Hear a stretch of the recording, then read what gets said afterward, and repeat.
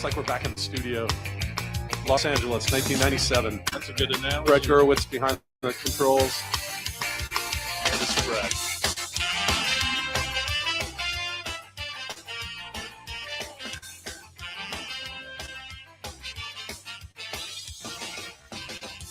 I don't need to tell the truth, but I never lie. I don't need to bow to you. You're just passing by. I never wanted to be the one you bitch and moan and come home to. But as long as you look good, I'll come back to you. Get inside my troubled mind with all of your threats. Sometimes I think I was blind. Not before we met. I never wanted to be the one that you depend on for your life. When you cry, it smells like soup. Sounds like Shona Knife. Never fear, though I said all night. I gotta ride. Each time I said all night. No, I just might. You make me stay all night.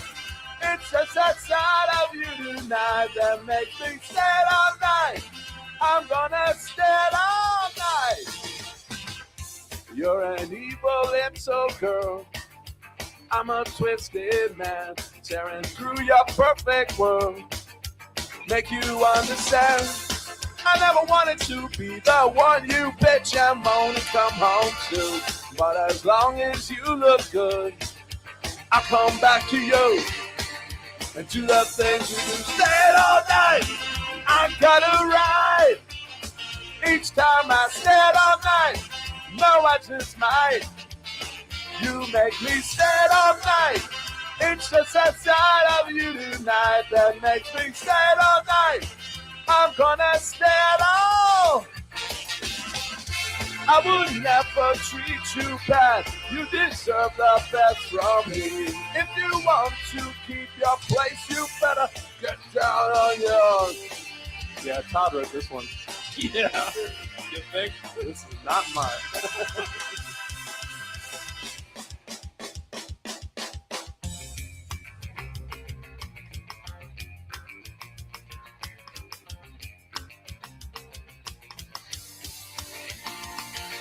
Stand all night, I gotta ride. Each time I stand all night, no, I just might. You make me stand all night. It's just that side of you tonight that makes me stand all night. I'm gonna stand all night. R.I.P. Todd. Text the round robin your questions, comments, wagers. Give us a reason. Sleeper fantasy play, your best alternative line, whatever you have. Text the round robin 757-354-5517. Can you see by the dawn's early light what so proudly we hailed at the twilight's last gleaming, whose cross nights and bright stars through the perilous fight o'er the ramparts we watched were so gallantly streaming, and the rocket's red glare, the bombs bursting in air, gave proof through the night that our flag was still there. Oh, take us past our spangled banner yet wave, for the land of the brave and the home of the brave. This is the Deep End Broadcasting Network. You are tuned in to the Round Robin with Stephen Murray on Deep End Broadcasting.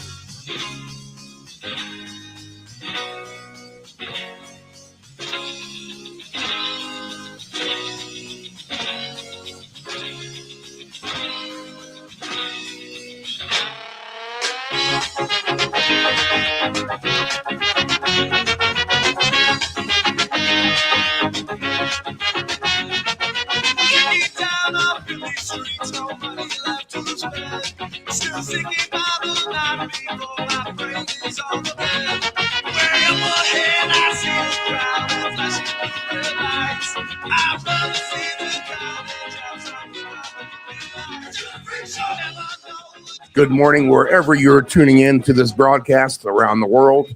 I am Stephen Murray. This is the Deep End Broadcasting Network with the Round Robin live on your early morning to Sunday content, getting you prepared for your NFL Week 17, Part 3 on this semi-full wagering slate for this afternoon. We will be here all morning, dissect the best bets, look at every betting angle, and we will definitely try to turn our $20 and your $20 into thousands of dollars today. And yes, we are one player away from a jackpot. If you didn't listen to a Saturday, then we have 4 players that scored touchdowns on Thursday on the slate, of which there were not many touchdowns scored at all. And we went ahead and bagged it home. Let's see. Let me pull up that ticket. Is it here? Yep, there it is. How about this on Thursday? Touchdown scorers: Kevontae Turpin, Isaac Tesla, Jordan Addison, Bo Nix, and yes, Kyle Williams. Kyle Williams will pick us off about $6K this afternoon on a $3 ticket, $2.75 ticket. How about that? We already cashed a decent amount on the other portions of the round robin, and we look to add to some other stuff as well. The Saturday games, wild to say the least. In fact, just short on a couple of plays there. But Quentin Johnston got us our receiving yards. Isaiah likely didn't quite get there for us, and we'll have a leftover ticket from that as well. And we'll build some new tickets this morning as we go along. That is what we are about, broadcasting live from our Virginia Beach studios in the lovely United States of America. We are about to invest the minimum to make the maximum for all of us. And that is the gist of this game. So whether you are cooking breakfast, you're going to Home Depot, or traveling the interstates after this long holiday, keep us tuned in, have a piece of paper and pen ready, and jot some things as we go along. We'll look at some fresh lines here in weather in a second, and we'll get Dave Delgrandi on right after that, as we are running a little bit behind. Gave everyone an extra hour of sleep with the short slate and a long night last night with 5 games already in the books. There's going to be a reduced amount of games to talk about. And then once we roll into the studio this morning with the plans to start 1 hour late, all the computers are in mid-update, which I thought I had the settings not to update. So we had to jump through some hoops this morning just to get on the air a little bit later than usual. So maybe behind a little bit in that sense. So without further ado, let's just go ahead and see what we got. And now, yes, we are in our 4th year with this program. We've been on every NFL week and every playoff week. And if you're new to the show, we definitely take unique angles and we have some fun with it. And winners a good portion of the time as well. So sit back, relax, and let's soak it in and get some plays for this afternoon. Let's get some fresh line updates right now. Tampa is up to 6 and 44.5 in some spots. Let me get the other book to see where we're at to contrast these lines. But at Hard Rock Stadium today, we should have beautiful weather. I still see a 5.5 out there for Tampa Bay. So weather not an issue down there, 80 degrees today. They'll be indoors at Lucas Oil Stadium, where it says check your defenses at the door. A ton of points scored on Monday night. Could we have the same thing with Jacksonville today? I see 6 and 48.5 with the Jaguars. And also I see right now 5.5 and 48.5. So that line is bouncing around. We go to Bank of America Stadium in Charlotte, where Carolina has been very good at home. You don't think of that as a big home field edge, yet they've done very well there. I see Seattle laying 7 and 43, 51 degrees and cloudy. So weather should not be that much of an issue there. 15% chance of rain, though I do see that. But a cooler afternoon there at Bank of America Stadium. Other line, I see 7.5, 42.5. Let's go up to Huntington Bank Field in Cleveland, where this game matters now. Pittsburgh has to play virtue of the Ravens win last night at Green Bay, and that's the fallout of that. Let's see, we know we don't have the Lions in there, but the one fallout from yesterday is that the Colts have been now bounced from the playoffs, and the Steelers will be forced to play today. The Steelers now laying 3.5 and 35, 70% chance of rain. 51 degrees, though, in Cleveland. So not exactly freezing there at Huntington Bank Field. Let's see if we have some other crazy lines for this game, as this number has been mostly a 3. Now I see 3.5 across the board, and I see a 34.5 total as well for the Steelers. Aaron Rodgers and company will be taking the field to try to hold off the Ravens this afternoon. All right, let's go to MetLife Stadium with the Patriots and the Jets. My man, Kyle Williams. Let's go. Minus 13.5 for the Pats, over under 42.5, 31 degrees there. Let's see. Any other? Have the Pats got the 14 on this other book? Let's just take a quick look. And I still see them at 13.5, 42.5 at the other book. I see Tennessee now taking money. They were a 2.5-point underdog to the Saints. I now see the Saints 1.5, 39.5. All right, so that's an interesting game and one that I like as well. We'll talk about those picks as we go along this morning. But the Titans, who've been a nice play for me, are now just getting 1.5. So money coming in on Tennessee. And last time that happened was last week against the Chiefs, and they blew them out as predicted on this program. 72 degrees in Nashville today. Beautiful day for football there in Tennessee. Let's see. Paycor Stadium in Cincinnati. 65 degrees today in Cincinnati. What? -7 for the Bengals and 53. I see a beautiful day, a beautiful late December day in Cincinnati. If you're going to that game, enjoy that tailgate. That's, one part of the state to the other with that and the Cleveland weather, right? Cincinnati 7 and 53.5. I see at the other book as well. So that's your 1 o'clock slate. 2 games at 4 o'clock. One is indoors in Vegas. 2.5 for the Giants. 41.5 is the total. Max Crosby gets the plug for the season, or the plug pulled for the rest of the season there, and he's done. And we'll see how Geno Smith and company handle Jackson Dart. The Bills -2 at home against Philadelphia now. 45 degrees, 100% chance of rain today for this game. And how much will it matter if the Pats beat the Jets? Really, I mean, you got 2 teams for the most part settled in their playoff spots, you figure. So could we have the plug pulled early on some of the superstars in that game? I would think yes. So buyer beware maybe in that regard, playing the props in the game with Buffalo and Philadelphia. Let's see. Any other line I can get out of that? I also see Bills -1.5 and 44.5. Tonight in San Francisco, 3.5 and 52.5 for the 49ers. That's at Levi's Stadium, 52 degrees, no chance of precipitation there. And tomorrow night, we are indoors with the Rams and the Falcons. The Falcons taking money. The Rams were 8.5. I see now 7.5 and 50 for the total. 37 degrees outdoors in Atlanta. So how about this? We have 37 degrees in Atlanta. We have 71 degrees in Nashville. They're not even that far apart, to be honest.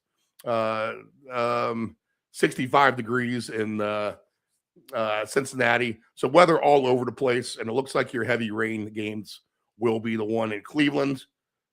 which those two teams are mudders anyway.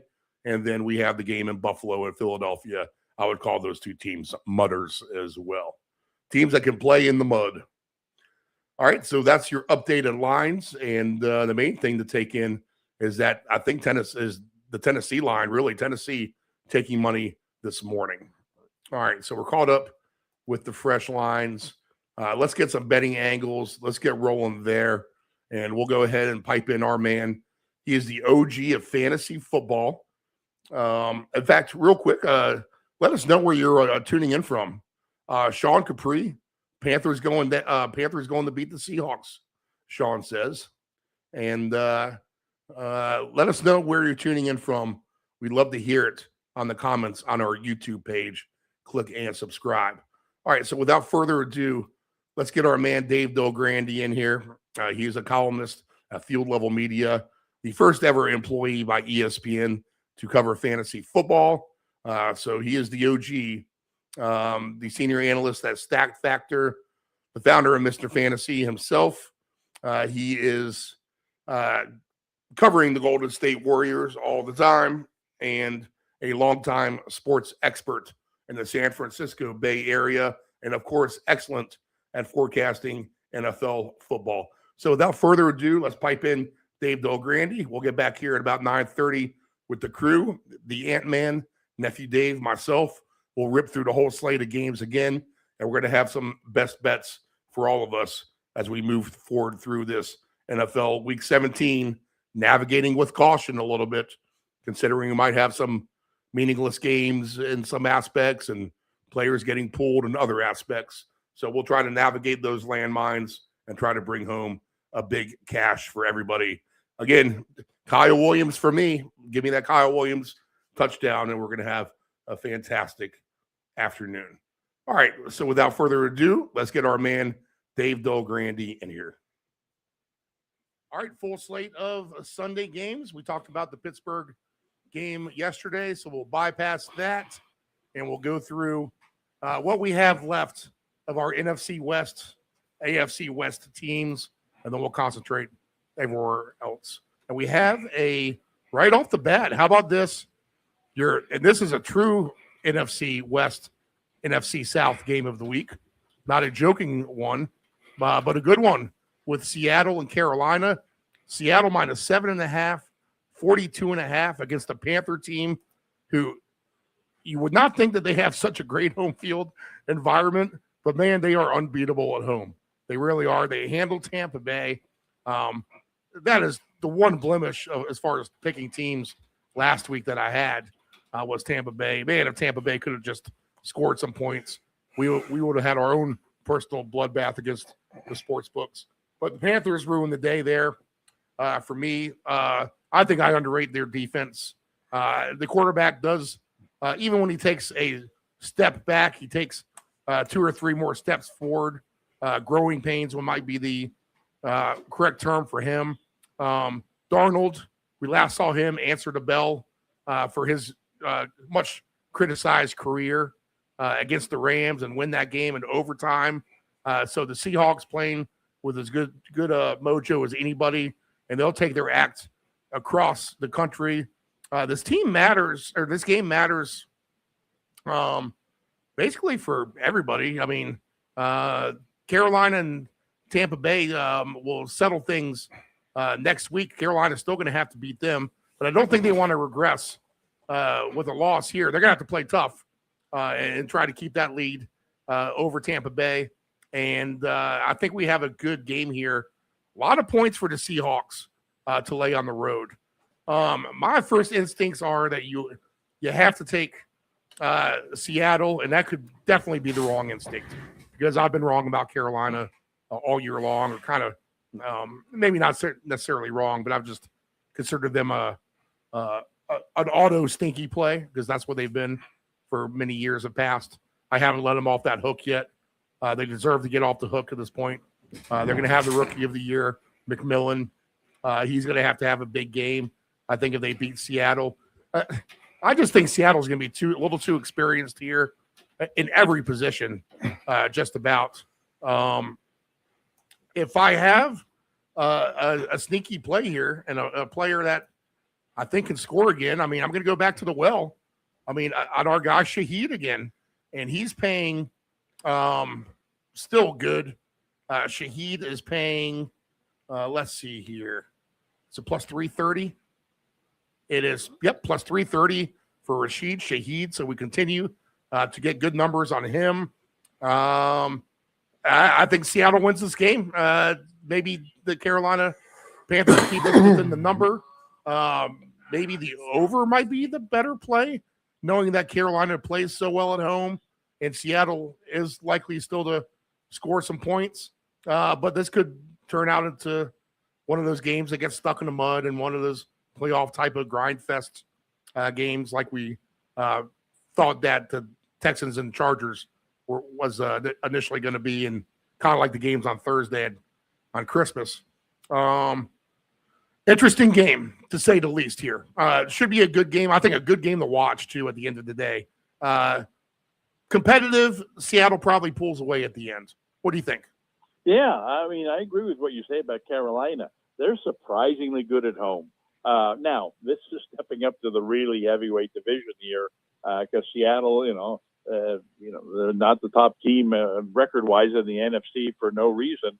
But they're not really a blowout team either. They're a good defensive team, which I think is going to limit what Carolina can do offensively. At the same time, Carolina finds a way, like they did against Tampa, to hang in there against these teams, give themselves a chance to win, and when they do, they have enough weapons in the end to possibly make something happen. I'd be shocked if Carolina won this game, but I'd also be surprised if they got blown out. And so I expect, in some ways you mentioned it, I expect it to be similar to that Houston Chargers game, in that you've got, two teams that are going to have trouble moving the ball against the other team. Now, Seattle's defense is the reason for that. They've got a great defensive team, but Carolina at home is much tougher team than when they go on the road. So I think it's going to be a close game. I think it's going to be a relatively low scoring game, and I don't want any part of it.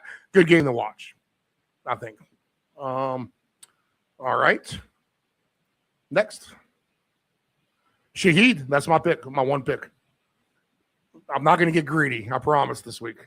Let's see. Okay, and if I'll say this, that if we hit on the Houston Chargers game at 20-17, then I'll give me 20-17 Seattle in this game. We'll go double or nothing.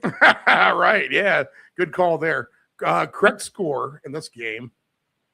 Let's see what we got for 20-17, because now I'm interested. Final score, Seahawks 20, Panthers 17, 55-1. Maybe that's even worth a little parlay for 50 cents. All right, let's take our NFC West Arizona Cardinals. They'll go to Cincinnati to play the Bengals. The Bengals, one of my better calls of the week last week. I said, don't overthink it. It's Joe Burrow against whoever Miami was putting at quarterback last week. And they rose to the occasion and put a ton of points on the board. Again, if you're betting Jamar Chase stuff, you were probably sick to your stomach watching Chase Brown score left and right. So Jamar Chase has been one of those guys that we've talked about, the superstar that has not paid his dividends as of late. Will he in this game against the Cardinals, who seemingly let everybody score against them? So 53.5, where it might seem like a lot, is probably nothing for these two teams. The Bengals are going to throw the ball. The Cardinals are likely going to throw the ball. I have a feeling the Bengals will probably score more than the Cardinals will, though, at the end of the day. Now, if it's 34-17, then that's going to stay under the total here, and that could be a score that we get dealt with. So Arizona's really going to have to do their part to get over the total here.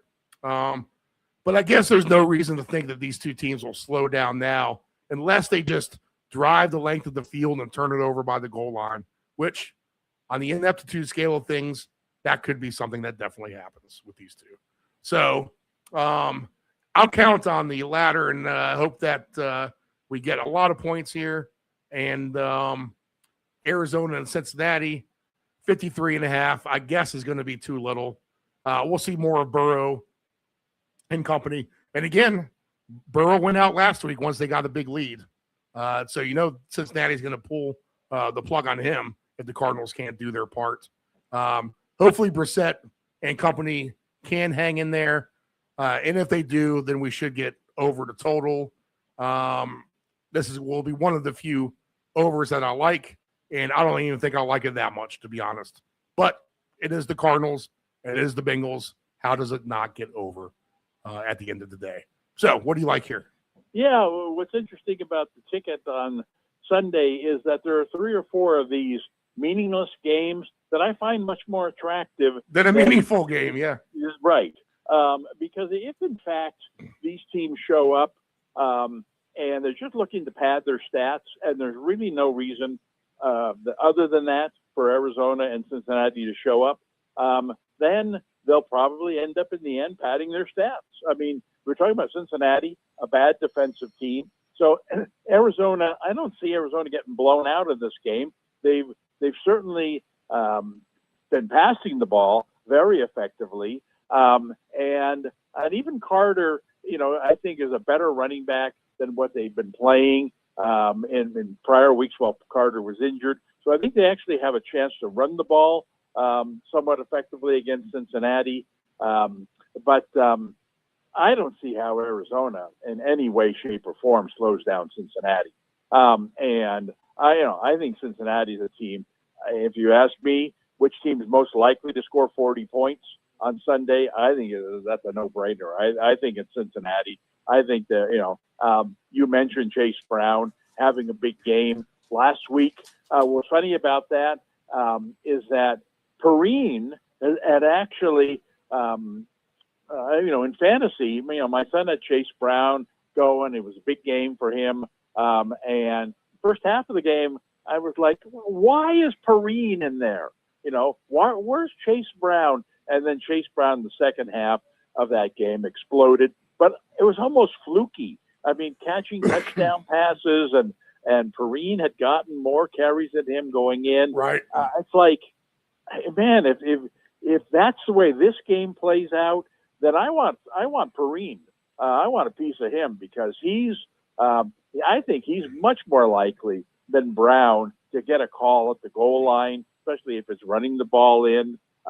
He's much more likely to be a guy, to get a majority of the carries. Now, Brown is a great pass catcher and does a lot of damage in the passing game. But I think Perrine is a really nice sleeper in this game, in a very high-scoring game. I don't have yardage or receiving yards. He's been a great receiving yard prop guy because he's been like 5 yards receiving, and he gets that every game.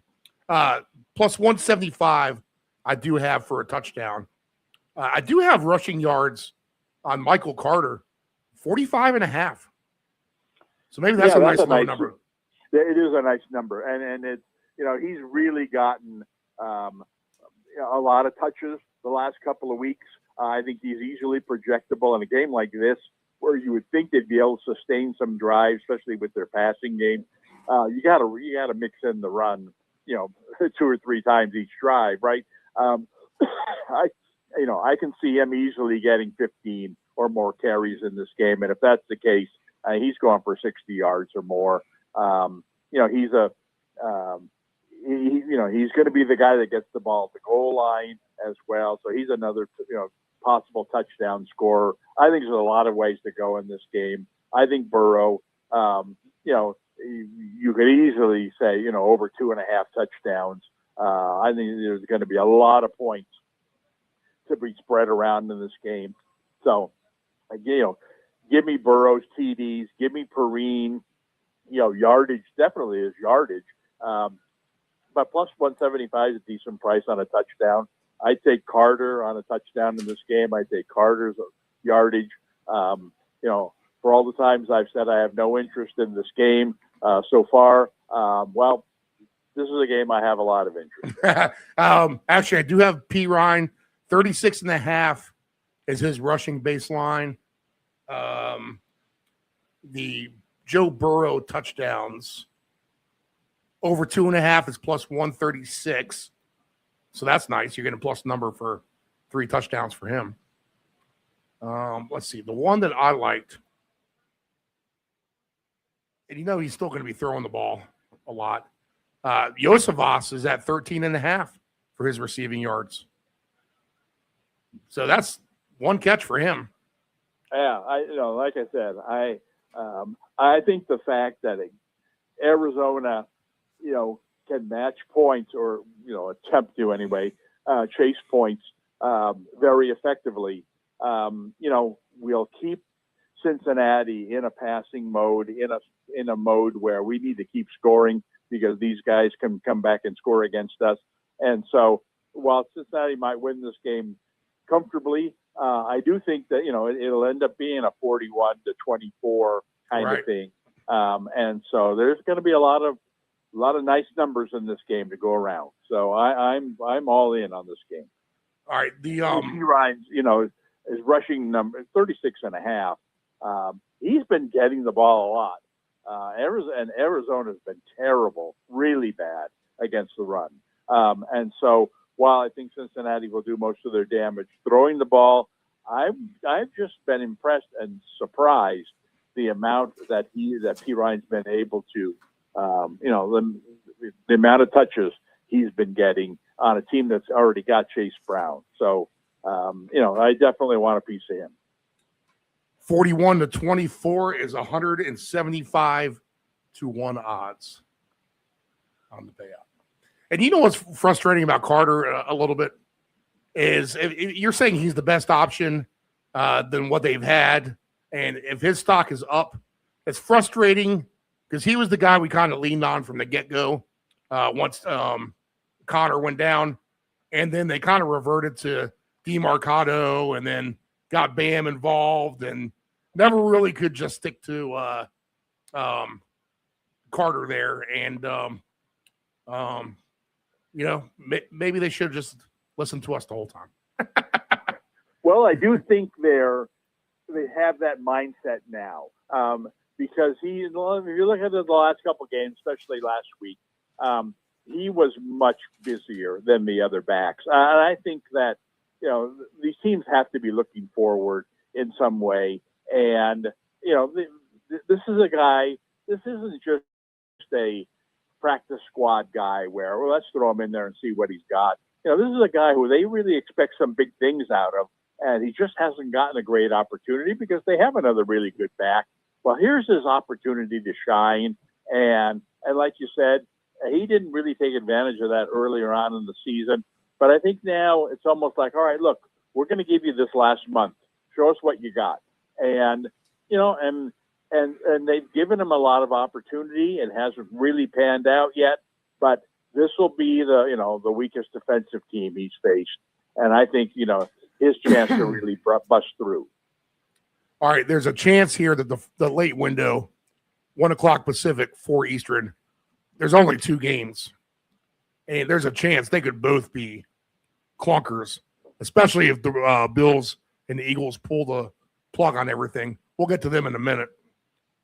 But the Giants Raiders, does that offer you anything, or just the complete? I think it does. Oh, okay. What do you got here? Same reason as the Arizona Cincinnati game.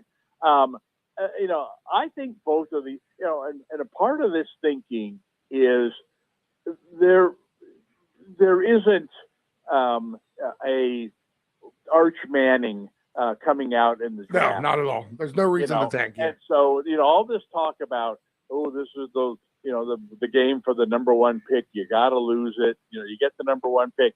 I really don't think. I mean, certainly if the Giants. I don't think anyone's thinking that. Yeah, the Giants aren't. Right. Doing that. If the Giants get the number 1 pick, they're not taking a quarterback, right? And if the Raiders get the number 1 pick, well, I'm guessing they would take a quarterback, even though I'm not sure there's one out there that really warrants it. And I think the Raiders are certainly looking at it that way, saying, well, you know what? If we win this game, it'll be worth more to us in pride than it will be in losing the number one pick. They should just trade down anyway third. and get as many picks as they can. Right, and or you pick third, you get the same quarterback that you would at number one. Because the Giants, like I said, if the Giants end up getting the first pick, they ain't stealing that quarterback from you.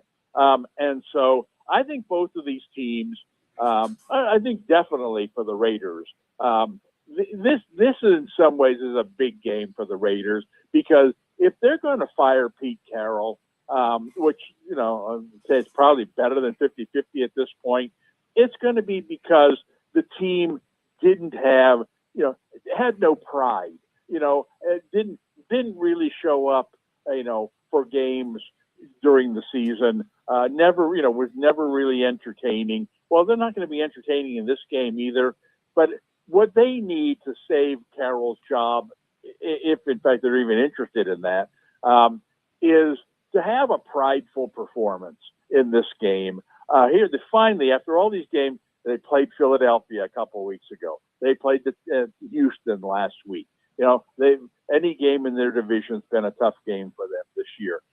Here we go. Here's a game that they could actually win. And in some ways, it's probably the most important game that, they play Kansas City next week. And even if they were to win that game, it'll go down as, Kansas City didn't care. They're playing a third string quarterback. They didn't play anybody. This is the game where let's not be the worst team in the league.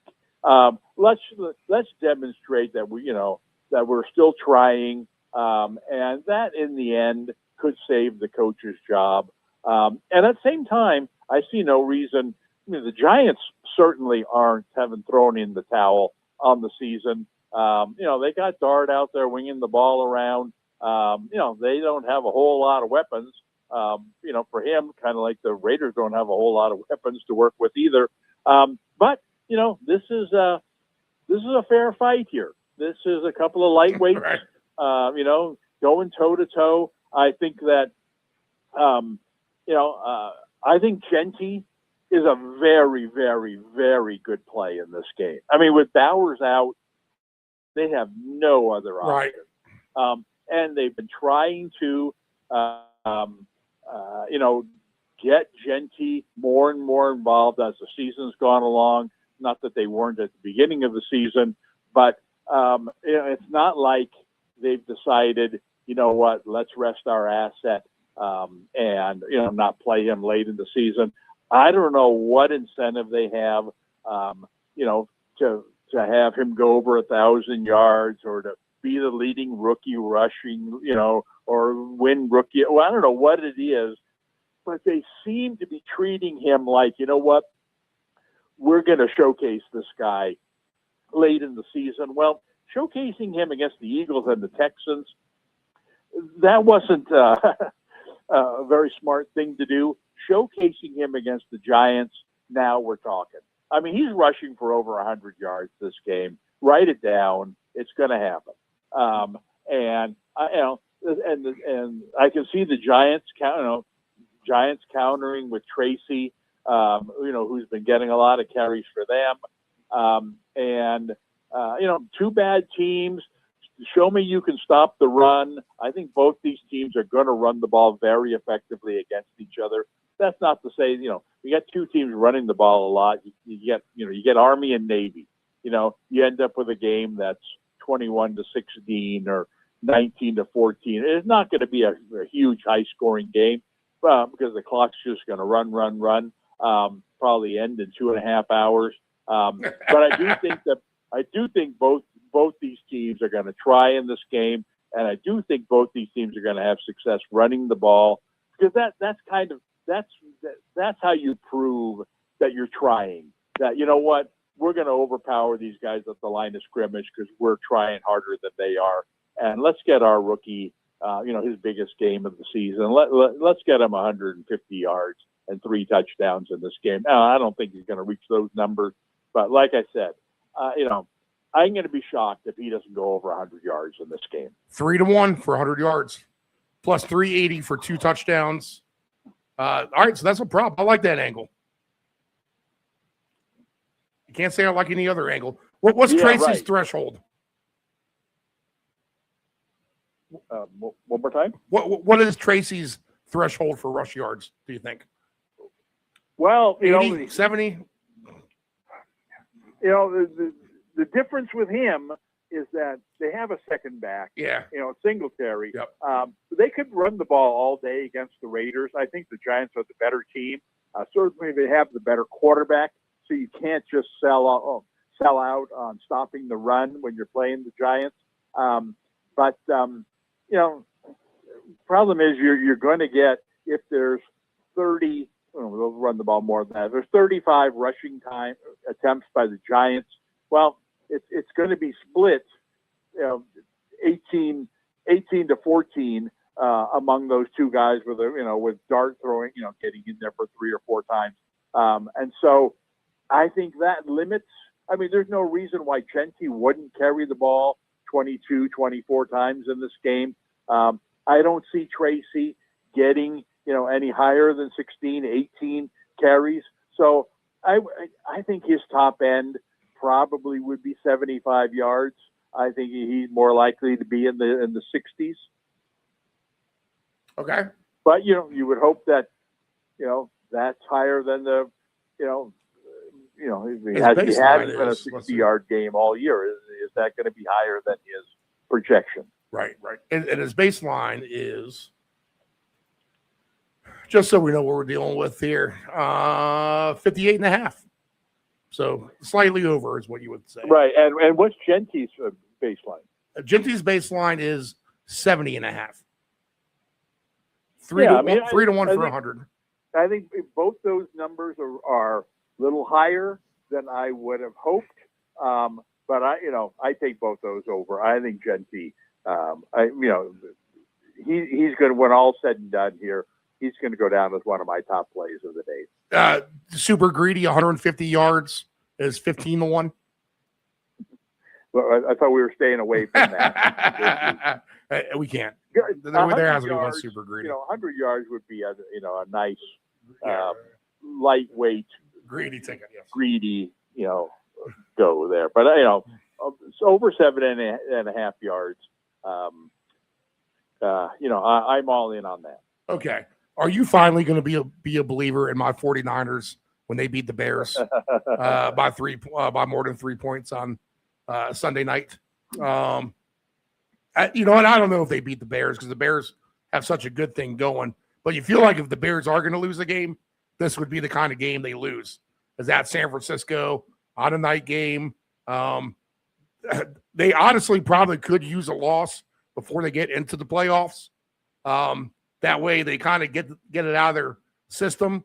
And a 49er team that continues, I think, just to trend upwards, at least offensively. Man, is that an indictment on how bad the Colts defense is? Maybe what happened last Monday night.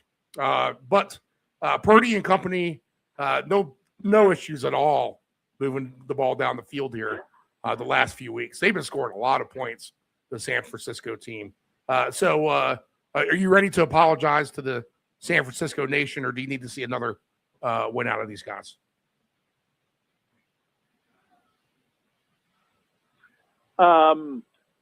Yeah, I mean, I'll say this: they looked great that last game. That did surprise me.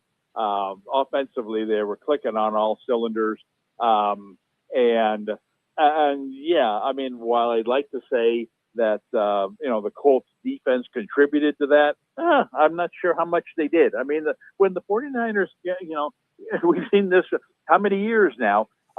When the 49ers get their offense rolling, then the Shanahan offense, it doesn't really matter who they plug in there. They get those crossing patterns. They get the line was especially impressive. This is not a good offensive line. They play like a team. They really, really do. Yeah, they're right. So Juszczyk, from everything Juszczyk does, and Kittle's blocking. Even defensively, they played very well in that Indy game. And so I'm not going to sit here and tell you that, man, Chicago's going to come in here and win this game, or at least win it handily. But Chicago's got a chance. And yes, a key a key element of this game is Kittle. Now, he got injured in that last game. He's very questionable for this week. You take him out of that equation, especially the way the Bears are good against the run. So you're not just going to run the ball with McCaffrey like they did last game, 8 yards at a pop. Most of his season has been 4 yards at a pop. I mean, they just don't have a great offensive line. And you take Kittle out of there, and now all of a sudden you've really limited what the 49ers can do offensively. And the Bears, should be getting healthier in their passing game. Obviously, they're running the ball well. They've done this year what many people projected. When they brought in this new coordinator. Now as we look back and we see how much better they've gotten and how much worse the Lions have gotten, this guy, what a great signing. And so I think the 49ers will find a way to win this game. But if for whatever reason, that Kittle does not play in this game, I think it really opens the door for Chicago to at least have a puncher's chance at the end of a game, one last drive it down there to try to win the game. I still think the 49ers are, I don't think the 49ers are nearly as good as Seattle or the Rams or Green Bay or Philadelphia. But I do think they're as good as the Bears. And so, we'll see. I think it's going to be a close game. But like I said, until I know that Kittle's out there playing, then I'm not I don't know. I'm going to just watch this game and really don't have any idea how it's going to play out. 52.5 seems like a lot, and it probably is. But I think I would slightly lean towards the over. I think both of these offenses can have success regardless. And then, just the only thing I'll say prop-wise, if you wanted to find 3 different players and take a shot at them all to get a touchdown, then, I think you'll definitely have that opportunity anyway. There's so many different guys. Who knows? Yeah, exactly. But, it could be a Jennings, a Monungai, Pearsall combination or something like that. Right. Or even, Bourne showed up last week. Yeah. DeMarcus Robinson. Yep. Exactly. So there's, and we've talked about all year about the Kyle Juszczyk is due. This would be a Juszczyk type of game. So there we go. That's kind of my feeling about this game. That I think it'll be I don't think that total seems awfully high. But yes, I do think that both teams will score in the 20s. I think both teams will get 2-3 touchdowns in this game. So there's going to be 6 touchdowns in this game to spread around. But it could very well be spread around among 6 guys, and maybe not the 6 you're expecting. So after having spent a lot of time talking about how much I like Genty and how much I like Perrine and the Bengals game and what have you, I'll sit back and watch this game and let those other games dictate my day. All right, we talked about how the gamblers took a bloodbath on Christmas. Maybe they get beat up all weekend long too. They have one last gasp on Monday night to make their money back, and I'm going to find it very hard for that reason alone to put myself on the side of the Rams, laying 8.5 to go across country. Now, I get it. It's in a dome. It's against the Falcons. I almost see the perfect score being Rams 28, Falcons 21. But we know that stupid coach for Atlanta, when they're down 28-20, will go for 2 to mess all that up. So that ticket won't win. And Atlanta's been playing feisty and better. So I don't expect them to roll over here. And maybe Kirk Cousins, the veteran, as much dismay there has been.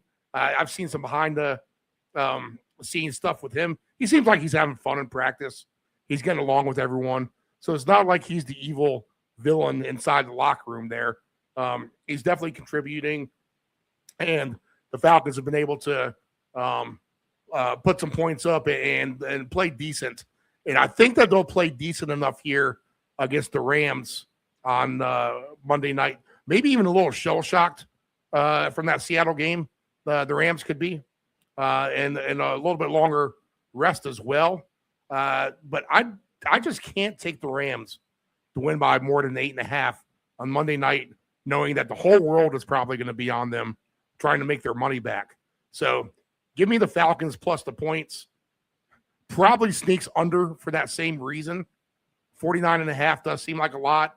But if Cousins can really get it going and the Falcons can find decent success and put up 24 points, then they're going to force the Rams to get over their number as well.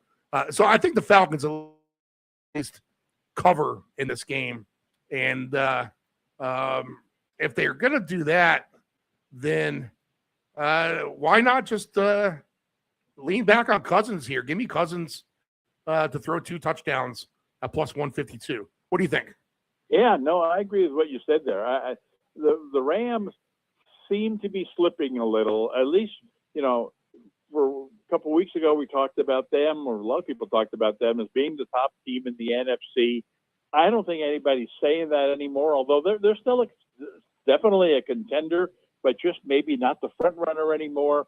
And it's because their defense just hasn't been very good in recent weeks. And, we saw this when the last time they flew across the country to play an NFC South team and played very poorly. Yeah, they got shellacked. Yep. And here we go again. I mean, Atlanta's at least as potent as Carolina is. And London has been healthy. I think he's going to have a really nice game here. I think Adams is out. He might be out for the season. And so, not that they need an excuse for this, but that just means more balls to Nacua.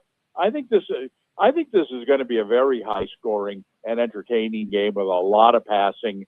I think going with Stafford over 1.5 and going with Cousins over his 1.5 and going with Nacua and London with their numbers, touchdown or maybe 2 in this game. I think there's a lot of potentially attractive numbers in this game. All right, so you do like the over, okay? Yeah, I just because I think both teams will be able to pass the ball effectively, right? And I trust both the case. quarterbacks. That's another thing is that you got these, you got a lot of quarterbacks at this point of the season. You got a lot of backups in there or younger guys. You're not really quite sure what to expect, how they're going to handle the bright lights and what have you.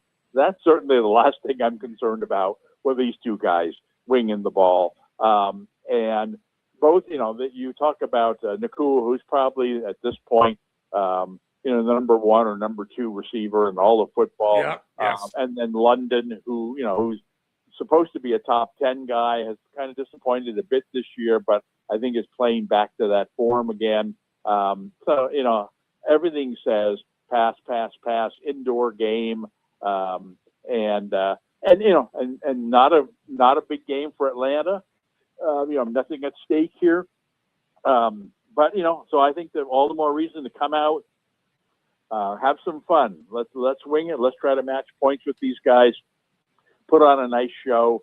I think this will be a nice show. I think this game is going to be a very high scoring game. And I'm not sure the Cousins contract situation exactly, but I don't think he's done playing and wants to play.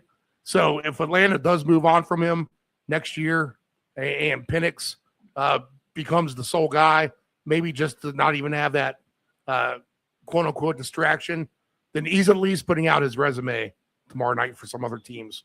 And there's plenty of teams that are going to need a quarterback. Absolutely. Next year. We see that right now. Exactly. Well, I think we saw one on Thursday night. Yeah. What's Kansas City doing for a quarterback next season? And you talk about your ideal plug-in. Get him for a year, put him in there with a team that you think still has championship aspirations. Man, you want Gardner Minshew being the quarterback at you next year, going for a championship, or would you rather have someone like Cousins? Man, I can't. That's not even worth discussing. 57-1 for Puka and London to have 2. Bijan and Puka to have 2 would be 24-1. So there you go. There, the receiving wise for Puka, he's at 105.5, and Wow. he seems to break that with no sweat. He was 99.5 against the Seahawks, and what did he get? 225. So that was against the good defense.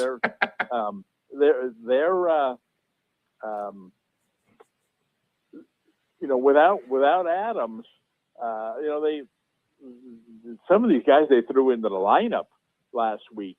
A couple of them had decent games, but they're not really NFL, starting wide receiver options, on most teams, let alone on a really good team like this. It's just why are we looking for anybody else other than Nakua, who basically can get open on any play? He reminds me of Edelman in the old days, where I know Brady would every down because you know what, I know I can find him on a slant in or a quick out for 5 yards every play. So why are we even running the ball? And so then this guy is twice as big and catches the ball down the field. He's just he's a potential, dare I say it, potential number 1 pick in the fantasy draft next year. Yep. And We were talking about that last week. So in the yeah, studio. so that's we were not supposed to be greedy on this week's ticket, but for Nakua and London to get 2 touchdowns apiece, that's worth a crumb. I might get greedy on this ticket here. We'll know by Sunday if this will make Monday a lot more interesting if this happens. But I can put down $10 to win 710 on 150 yards each. Genty and Nakua. Wow. Genty's really going to need to bust a couple of big ones in order to get there. Why not? I think I at least think he's going over 100. So, maybe over 100 and Nakua over 150. And I know that's going to bring the price down some, but I think it's going to be much more realistic. Right. All right.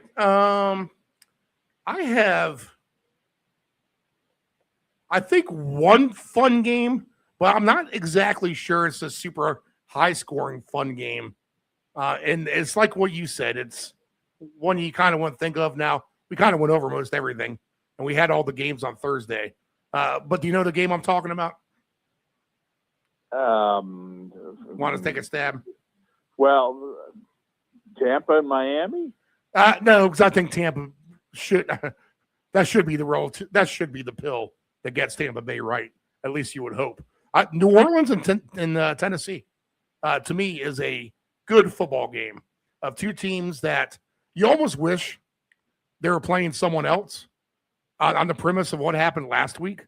Since I loved them both last week, that they were able to, because they're still playing hard, and they were able to both dismantle their opponents. Tennessee taking out Kansas City, the Saints taking out the Jets. Now everyone takes out the Jets. But that was one of the better calls of the week. Let's be honest about Tennessee making that their Super Bowl against Kansas City. And now here come the Saints on the road to Tennessee, where the Saints are the favorite here, and it's 39.5. I would lean with Tennessee at home again, to be honest. I think they have a little bit better of a thing going. We have the number 1 draft pick. It's almost on the premise last week of Joe Burrow against the Miami quarterback. Is we have the number 1 draft pick, Cam Ward, against his kid, Shuck, who's probably going to be the rookie of the year at the end of the day. But is he necessarily on the caliber of Cam Ward and where his potential's eventually going to go? Both teams trending the right way, but I think at home and trending a little bit better is Tennessee here. And again, our guy DK does great. A.O. Manor, again, seems to show up. I had a Conquo on a touchdown ticket last week with Fournay. So that was cool. And I just like what Tennessee has to offer a little bit more defense at home, maybe as well. So give me the underdog Titans in a game, which I think will be over 39.5 because they've both been trending better. I would think that the Saints can score 17 to 20 here, and I think Tennessee can score 27 to 30 here. So either way you dice that on the low end, I think you get over the total. So give me Tennessee at home to beat the Saints. What do you think? Yeah, I agree with what you said there about I wish they weren't playing each other because New Orleans, credit to their coaches. I mean, they've been out of it for 10 weeks. Yes, yeah. They lost together. They lost their star running back. They've been playing this rookie quarterback. They traded away, one of their top receivers. They just have no reason to really, be anywhere other than where the Raiders and Giants are. I mean, they really should be playing for the number one pick, but they've hung in there. They've come together as a team. And yeah, you said, they played the Jets last week. Everybody beats the Jets, but they showed up for that game. And as they have basically every game, they've been competitive. And they demonstrated they can beat these lower end teams. Now, Tennessee, on the other hand, like you said, they're looking great. I mean, man, they're doing something right there. They're starting to put a little something together. Yes, Kansas City didn't really show up last week, but still it was Kansas City. I mean, who would suspect that Tennessee would blow out Kansas City? I don't care what circumstances. So that, that's a feather in their cap. I don't think they're going to want to just settle for that and have two terrible games to finish the season and kind of throw it all away. Here's a chance to build upon that. So you got two teams that I'd love to see them play somebody else because I think both these teams are ready to have a good game. Both these teams are ready to beat other lower end teams. Unfortunately, they're playing each other, so which makes it a tough game. I think much as I like the way Tennessee's going, I have a tough time going against New Orleans right now. The way they're hanging in there, I think this is going to be a very close game. What's interesting from my perspective, from the fantasy perspective, is I'm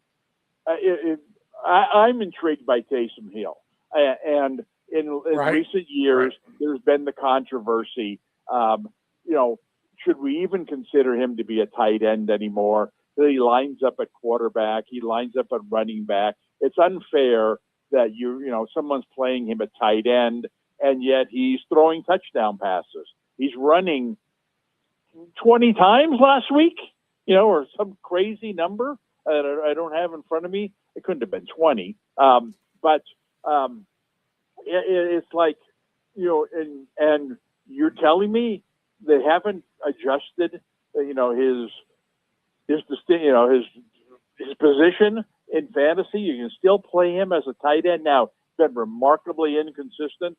And yet, last week he had a monster game. Why wouldn't they try the same thing again this week?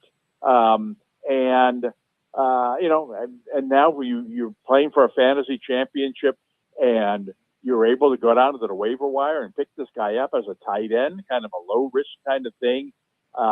It's going to, it could be a really interesting talking point next week if, in fact, we're coming down to the end of the fantasy season. And here's Taysom Hill is the reason why I'm winning my last matchup against somebody, and it's just not fair. But I do think he has that kind of potential. If they're going to, if they're going to hand him the ball and let him throw the ball and he scores their short yardage, without Kamara in there, they really don't have any other running game. But yet they line him up at tight end. He caught multiple passes last week. It's like, seriously, you're going to allow me to add this guy to my fantasy lineup with the championship on the line? It's almost like you feel like you're doing something unfair. Right.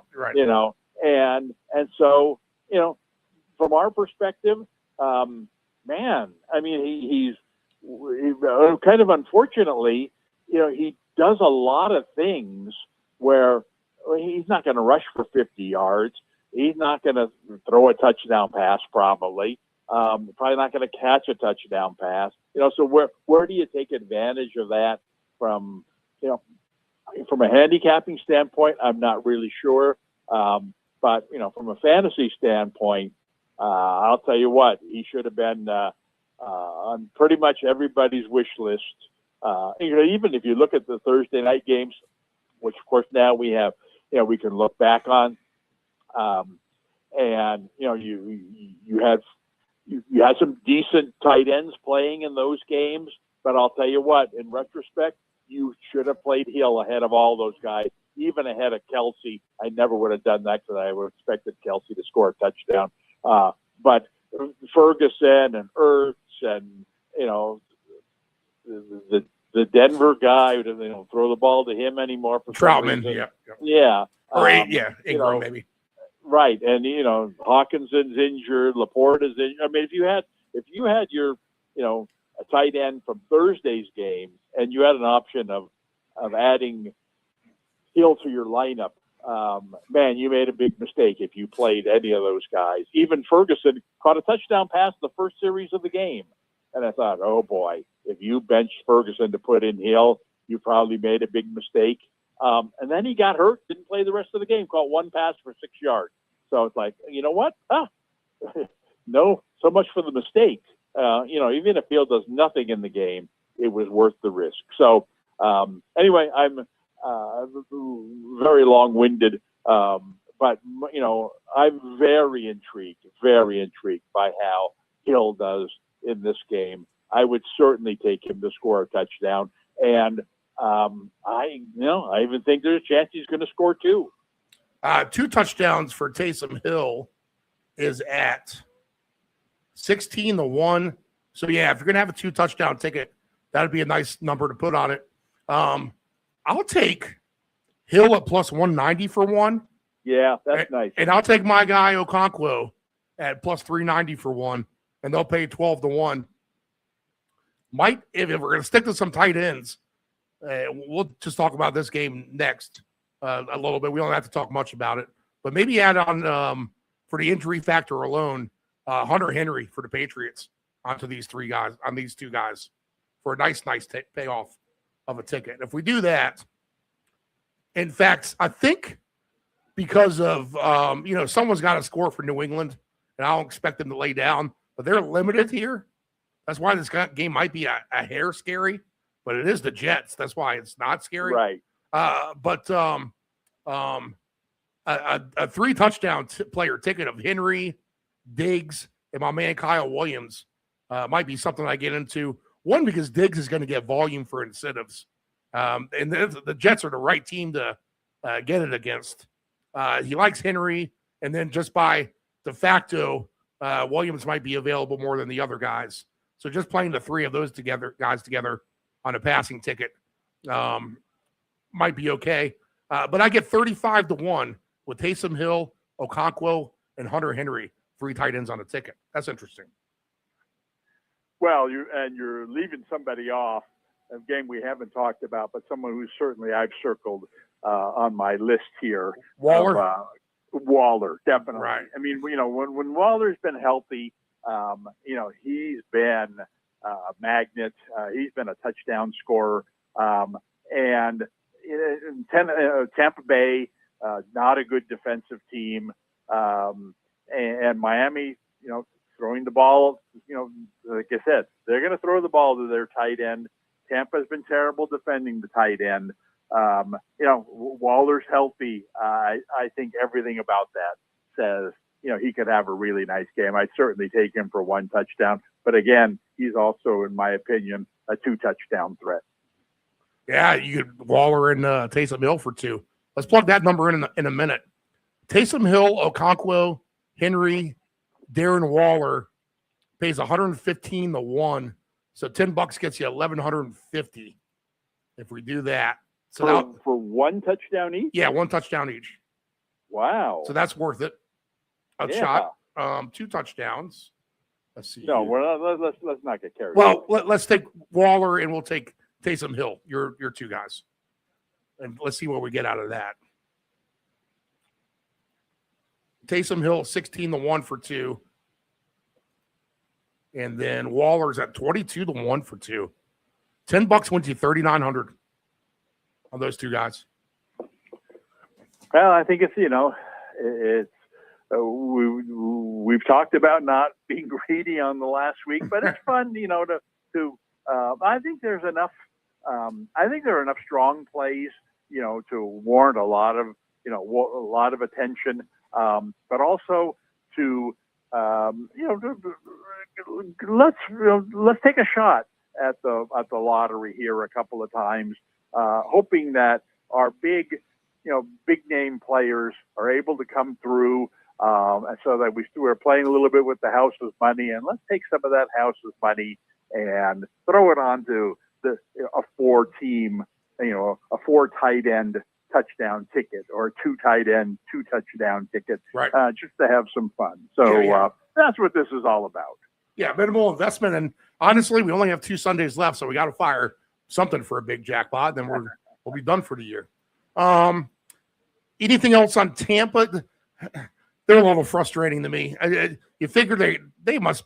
I'm not sure what the losing streak is now. They did win the 1 game, but man, it seems like it's been 7 or 8 weeks since they won that 2nd game. At this point, they're on a bad spell right now. I guess they get it right with Miami, right? Well, the interesting thing here is, and this is to me vastly underrated every year. We talked about this at the very beginning of this year. One of the things you asked me at the beginning of this year was who was my favorite to win, to make the Super Bowl from each conference, and who was my surprise team. And my surprise team, if you remember correctly, in the AFC was Jacksonville, based on the fact that they were getting Tampa's offensive coordinator to come over and take over their offense. And we, obviously we saw this happening in Detroit and Chicago, where that same thing happened, but that got all the headlines. It got very little headlines when Liam Cohen went from Tampa to Jacksonville. But look at the difference there. Look at Jacksonville, what they've been able to develop offensively with this guy, and look at Tampa. I mean, for crying out loud, we don't have time to name all the quality offensive players Tampa has. You're kidding, right? With Evans, with Godwin, with McMillan, with Egbuka, with their 3 good running backs, and their quarterback, who's certainly capable. Why isn't this team scoring 40 points a game now that all these guys are healthy? And maybe they do this week. Maybe they explode this week against Miami. It's certainly possible. But that was very disappointing last week. And again, I look back on, these coordinator changes are a big thing in the NFL. And if you've got this, great one, and you lose him and you don't pick the right guy to replace him, we've seen in both these cases. Yes. And the Lions too. You throw them on that list, maybe. Yes, exactly. So it's not like the Lions or the Buccaneers have become the worst offensive team in the league, but they've gone from very elite status to, they've gone from Ferrari to Ford. Yeah, exactly. They're very good. So next year, it'll be interesting to see, if, for example, the Raiders make a coaching change next year. Can they recapture that kind of magic where they go out and they find the most creative offensive coordinator or quarterback coach, or maybe it's Tom Brady, and you bring him in and you make him the head coach, and all of a sudden, now you got something offensively. And there's a handful of other teams that are probably going to be looking for coaches as well. But same thing, if you're, hiring a defensive-minded head coach. I mean, look at the Jets. I don't get it. I don't understand. Why teams continue to go in that direction when the game's all about offense. And if you can find the Liam Cohen or Johnson, and make him your head coach. I mean, look what it's done for the Rams. Look what it's done for, obviously the 49ers, but look what it's done for, the Packers. A lot of these teams that have the great offensive minds as their head coach. It makes you watchable and in most cases competitive at the same time. So anyway, every time I watch Tampa, and as I watch them this week, I'm going to expect them to score 35, 38 points in a game like this. And most often I've been disappointed. So I kind of learned my lesson that, all right, you know what? No, I'm not going to support it at all. I'm just going to go with Waller in this game and hope that Tampa puts up a lot of points and forces Miami to throw the ball. I hope this is a 38-35 game because then Waller's going to get a couple of touchdowns. 24.5 is the team points total for Tampa Bay, which seems awful cheap, especially against a team like Miami who can give up a ton of points, as they did last week, giving up well over 40 to the Bengals and Burrow. So it's all right there for Tampa if they can somehow make it click. I guess we shall see. All right, anything in New England you like? If you want to skip past that, obviously Kyle Williams. Let's get a touchdown there. You're talking about you're playing the Jets. Yeah. So the first thing you got to look at is who's going to be. The New England's going to get 2 to 3 rushing touchdowns in this game. Yes. And who's going to get them in this game? Henderson's probably going to be out, so it's got to be Stevenson. That's the thing. Is he going to play or is he not going to play? Right. And that's what makes this shaky. He certainly would be a guy. It would seem that if he were playing and you had this game under control at all, you'd pull him right away. That said, I don't know that you'd want Stevenson playing a whole lot in the second half of a game, where you got a nice lead. So who's that third running back for New England, who's going to be the guy that rushes for 50 yards and a touchdown in the fourth quarter of this game? And you know more about their roster than I do. Yeah, it's let's see, I'll pull it up. It's name barely escapes me. They got the Dearness Johnson and Terrell Jennings is on the IR now. So it's got to be Dearness Johnson at this point, which very well experienced. Yeah, right. He does. He has had some decent games. So I don't know. New England. Off the board really for no him right reason now. Yep. for there's no reason for New England to take any chances in this game with their. Why would you have your quarterback out there? Why would you have him throwing the ball when you really don't need to? I mean, there's a lot of intriguing matchups there. You would think, oh man, this could be a big game for May for throwing the ball to Diggs and Henry and all these other guys, and then you come back and you think, well, why are we even doing this when we can just run the ball every down against this really bad team and win 31-3? And so with that uncertainty, I'll roll the dice on Johnson scoring a touchdown. I don't even know if they'll put a number up on him. But if I were going for a real greedy ticket here, I'd throw him on the long shot 1 touchdown list. Off the board right now for him. I will say my guy Kyle Williams has dropped from plus 340 now to plus 260. Oh my goodness! Yeah, so I like that.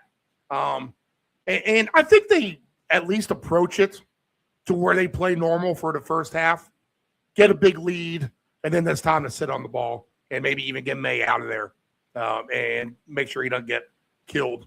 And in fact, I think that's a priority, is to try to get to the bench somewhat at some point. And the only way to do that is to kind of run it up at first anyway. So you hope that my man Williams scores early.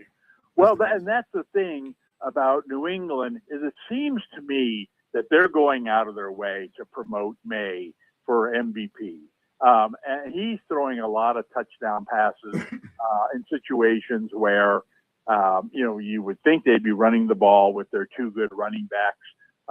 But, they get down by the goal line, and for whatever reason, they're gonna throw the ball down there. So yeah, and especially early in the game, like you said, let's get our 2 or 3 touchdown passes out of the way in the first half, so that we can sit him the entire second half and then run the ball all day. So yeah, that's another concern about this game, is that New England does, they do that as much as any team in the league. They love padding their quarterbacks' touchdown numbers, and here's an opportunity to continue doing that. So all the more reason to like your guy, to come through for you. All right, no one's been hotter than Jacksonville, and the Colts are in a tough spot. It's fun to root for Rivers. It was good to see him actually throw the ball down the field a little bit, but we still see that he's going to be mistake prone. It's a nice story, but at the end of the day, I think very limited on what the Colts are going to be able to do offensively with him in there. And just overall, I think we're seeing the demise of the Colts right in front of us. They drop out of the playoffs. It won't be shocking to me. The Jaguars are the favorite here, 5.5, 48.5. Winning in Denver is about as impressive as it can get for a visiting team, just because of the elements alone of the thin air. But to be able to beat that really very good defense, Jacksonville answered the bell.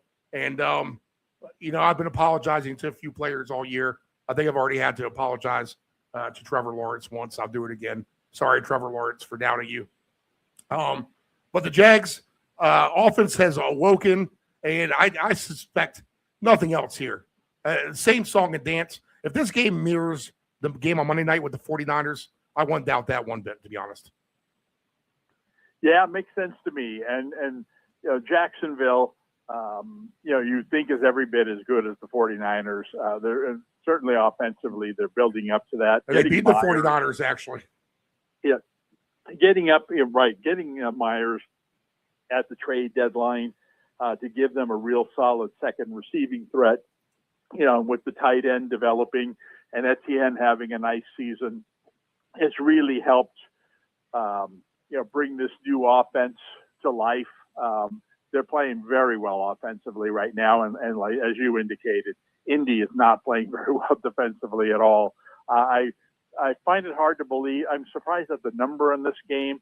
I think that it's so low. That it's so high that I give Indy a chance to win this game, but or at least hang in there. But you're right. I'm not really sure why I'm thinking that way, because I thought that way last week when they played the 49ers, and that game wasn't close at all. Why wouldn't this game be very similar? So I think Jacksonville should be able to put, if nothing else, they should be able to put up numbers in this game. I'd take Myers to get a touchdown. What I would hope would be a reasonable price in this game, and it should be a high scoring game, I would think. All right. Let's see here. Myers for a touchdown is at plus 150. There you go. All right, Dave, your son, he's in the fantasy championship, right? Yes, he is. Do you feel let's see, do you feel like Archie Manning talking to Eli before he goes into his Super Bowl? Or? Well, first off, just to make the finals, in a league where, it's one of those things where when you play in a league with your friends or work colleagues or people that you're around all the time, it's so much more enjoyable than to play in an online league. Yeah, winning anything is fun, but just the amount of, especially these days, with the availability to communicate with people on the internet instantaneously as things are happening. There was he had last week was his semifinals, and it was a tight matchup. He was playing the number 1 seed, and DJ Moore caught that touchdown, the big touchdown pass at the end of the game. And the reaction, in their chats and what have you, and they're laughing at each other, and they're congratulating Daniel and all this stuff. It's just so much. It makes it so much more enjoyable. But his matchup actually came down. I mean, the MVP for him, the reason he ended up winning. Well, 2 things happened. Number one, it was a very close matchup. And the other guy had 3 Patriots going last Sunday night. And one was May and one was Henry, right? But the third one was Henderson. And he got injured right away. And that really helped to the point where the other guy overtook him, but by only like 2 points going into the Monday night game, and Daniel had Taylor. And so while Taylor didn't have a big game Monday night, he was able to win. Now, the MVP for Daniel, no doubt, was, as I've talked about before, was Chase Brown. I mean, Chase Brown, the first half of that Bengals game last week, did almost nothing, even though Cincinnati was scoring a lot of points. Then all of a sudden in the second half, you've got to be kidding me. He catches a touchdown pass. He scores on a run. He catches, he had, he ended up scoring like 30 points. Probably 28 of them came in the second half, and that really vaulted him, into this lead that he was able to hold on to. So now he's made the finals, came right out in the finals with Aubrey. In the very first game, Aubrey had 15 or 16 points. He's off to a great start. But then, his Lions didn't come through for him. His Goff and Jameson Williams did not do well. So, overall bit of a slow start, but just excited to be in the finals. He was a guy who Daniel at the start of last football season probably couldn't tell you if you gave him a nickname of an NFL team. He'd probably be able to identify maybe 4 of them. And then they put him in, they asked him to play in their league, and they gave him the last pick of a 14-team league. Good luck with that. He ends up making the finals last year. And then this year I told him, hey, just make sure they don't stick you with the last pick again. This is supposed to be a fair process. And so he ended up getting, and this year there were only 12 teams in their league, but he ended up picking 9. And barely made the playoffs, and now barely made the finals. And now here he is, back in the finals again. And everyone's rooting for him because they know he's not really a football fan. And he's one of their favorite guys on the volleyball team. He has a lot of fun playing. He's having he's really become a football fan for somebody who didn't, like I said, for someone who's an athlete like him, and Daniel's 6'7", and 220 pounds, could have played a lot of sports, played a lot of basketball when he was a kid, but never really didn't really like watching it on TV. Was never really a fan of any of these teams. For him, for me, who lived my whole life in sports, it's really been fun to watch him, become more of a sports fan. And it's all due to fantasy football.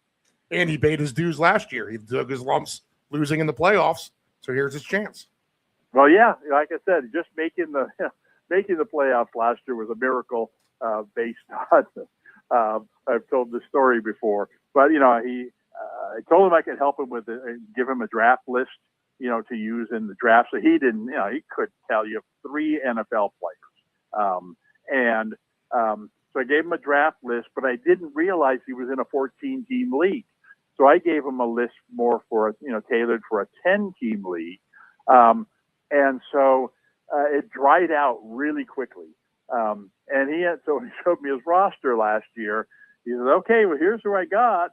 I got Goff as my quarterback. Okay, that's fine. That just means that you use your higher picks on, running backs and wide receivers.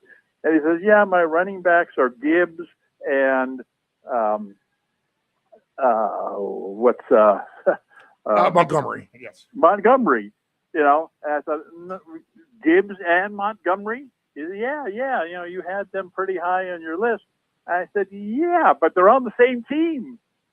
Draft two running backs from the same team, let alone two running backs from the same team where you got the quarterback too. Like, what do we got? The whole Lions team? And anyway, as you know, the Lions scored 40 points every game last week. Last year. And so it worked out fine for him. But yeah, so he's gone from there to this year, surprising them all again. So it's all, but the work isn't done. And, we'll see. He's got a bit of the opponent unfortunately had Harvey playing Thursday night, and Harvey wasn't doing anything until the very last.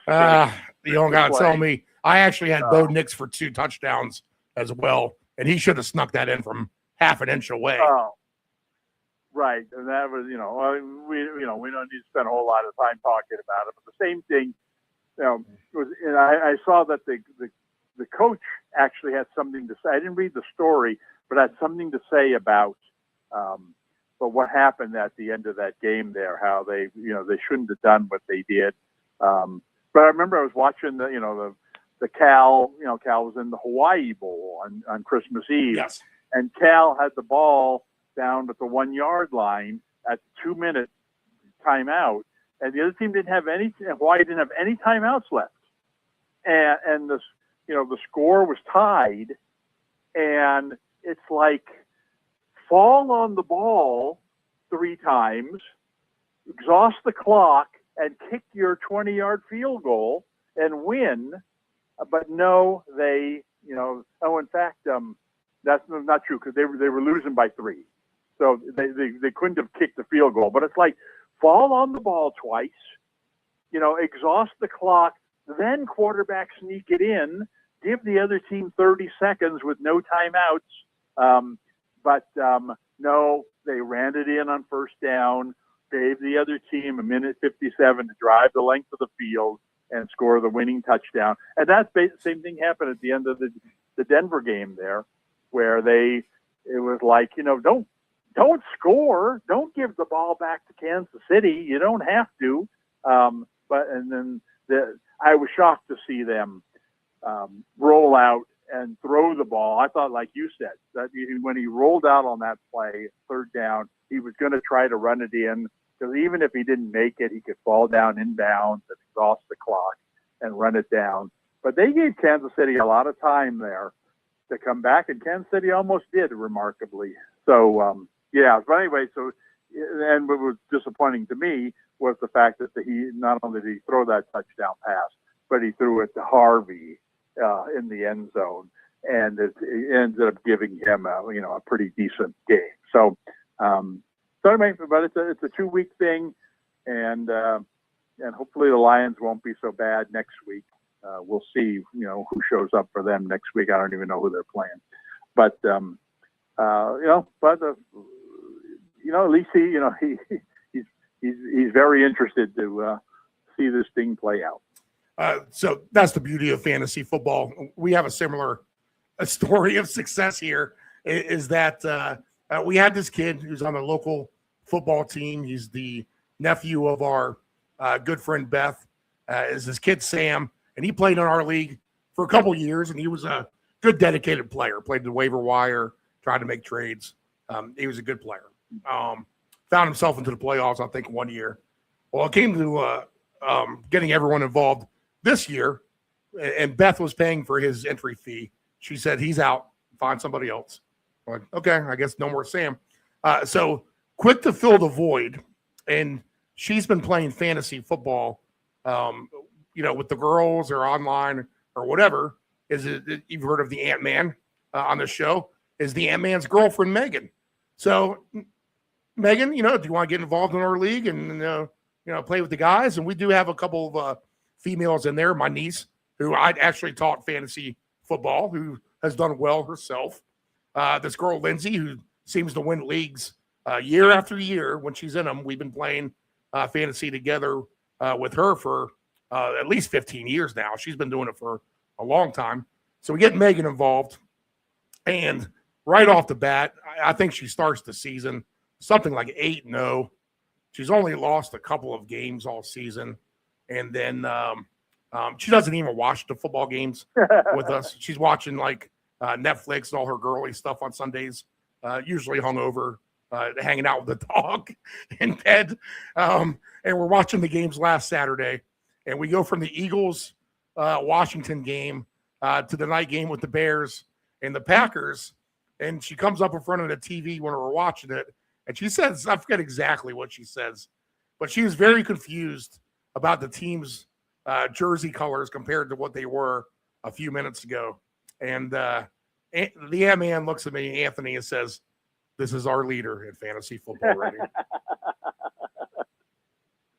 So yeah, well, that's that's the fun of it. That fantasy. It was always my goal at work to devise pools, right, to get everybody to participate. And you had, I don't know that I was the first one to do this, but it was at a time when I don't know that I'd ever heard of anybody doing this. But one of the pools I devised was called the world's simplest pool, right? And it was, the headline was just to let you know that, hey, look, you don't need to know anything about the NFL to enter this thing. Throw in your $20 for the season, and all you have to do is pick one winner, one each week, one team. Just give me one team that's going to win. There's always a handful of them.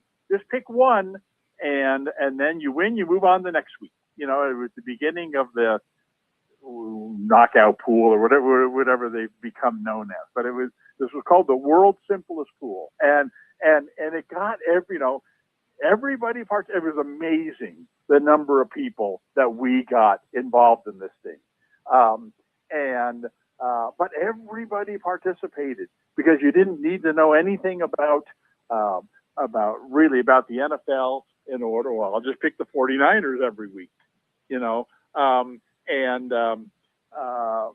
but that was the fun of it, is that as you went along the season and these people from the sports department, I'm taking the Packers over the Titans. Of course they're going to beat them, and they end up losing. And then you look to see, oh my God, everybody must have lost this week because everybody must have been on that game.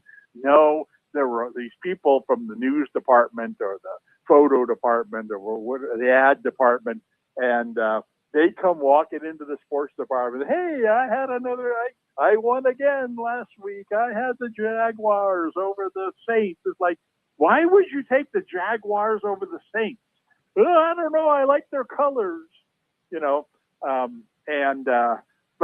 that's the fun of, the participating in these fantasy leagues or any of these pools like that, is when you can get a lot of people involved and it becomes just a talking point, a fun thing among people who don't really know each other that well, but, it kind of brings you all together.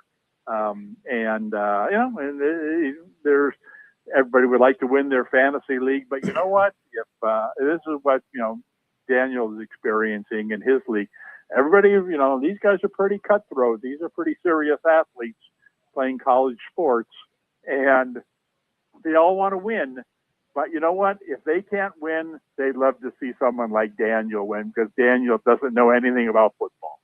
He's just a fun kid who they'd like to see him win and laugh at him for when he is. And then they say, Daniel, what what town are the Texans from? You know, and have Daniel say, oh, I don't know, Oregon. So that's that to me is one of the joys of fantasy football. All right, Dave, we got one more regular season week left. We'll knock that out next weekend, and then we're off to the playoffs. How about that? Okay, well, we got work to do this week, and I'm very interested to see how this goes. I think we at minimal have at least a good approach and game plan going in. We're not going in blind. We're going in at least educating ourselves a little bit. Right. What's fun is that it's I like it when you can create an interest in games where you really should have no interest, like the Arizona-Cincinnati game, things like that, where you think that, it's going to be a really high scoring game. But of course, for me personally, being a Raiders fan, it's very hard to be a Raiders fan these days. But actually, and there's no way this game is going to be televised. Like you said, there's two in the West. There's two afternoon games. One is Philly-Buffalo, which of course they've set up to be the big game, the big national game, and the other is the Giants and the Raiders. Who in the right mind would want to watch the Giants and the Raiders ahead of the Eagles and Bills? Well, I'll tell you what, put me on that list because I'm very curious. What kind of game Genki could have in this game.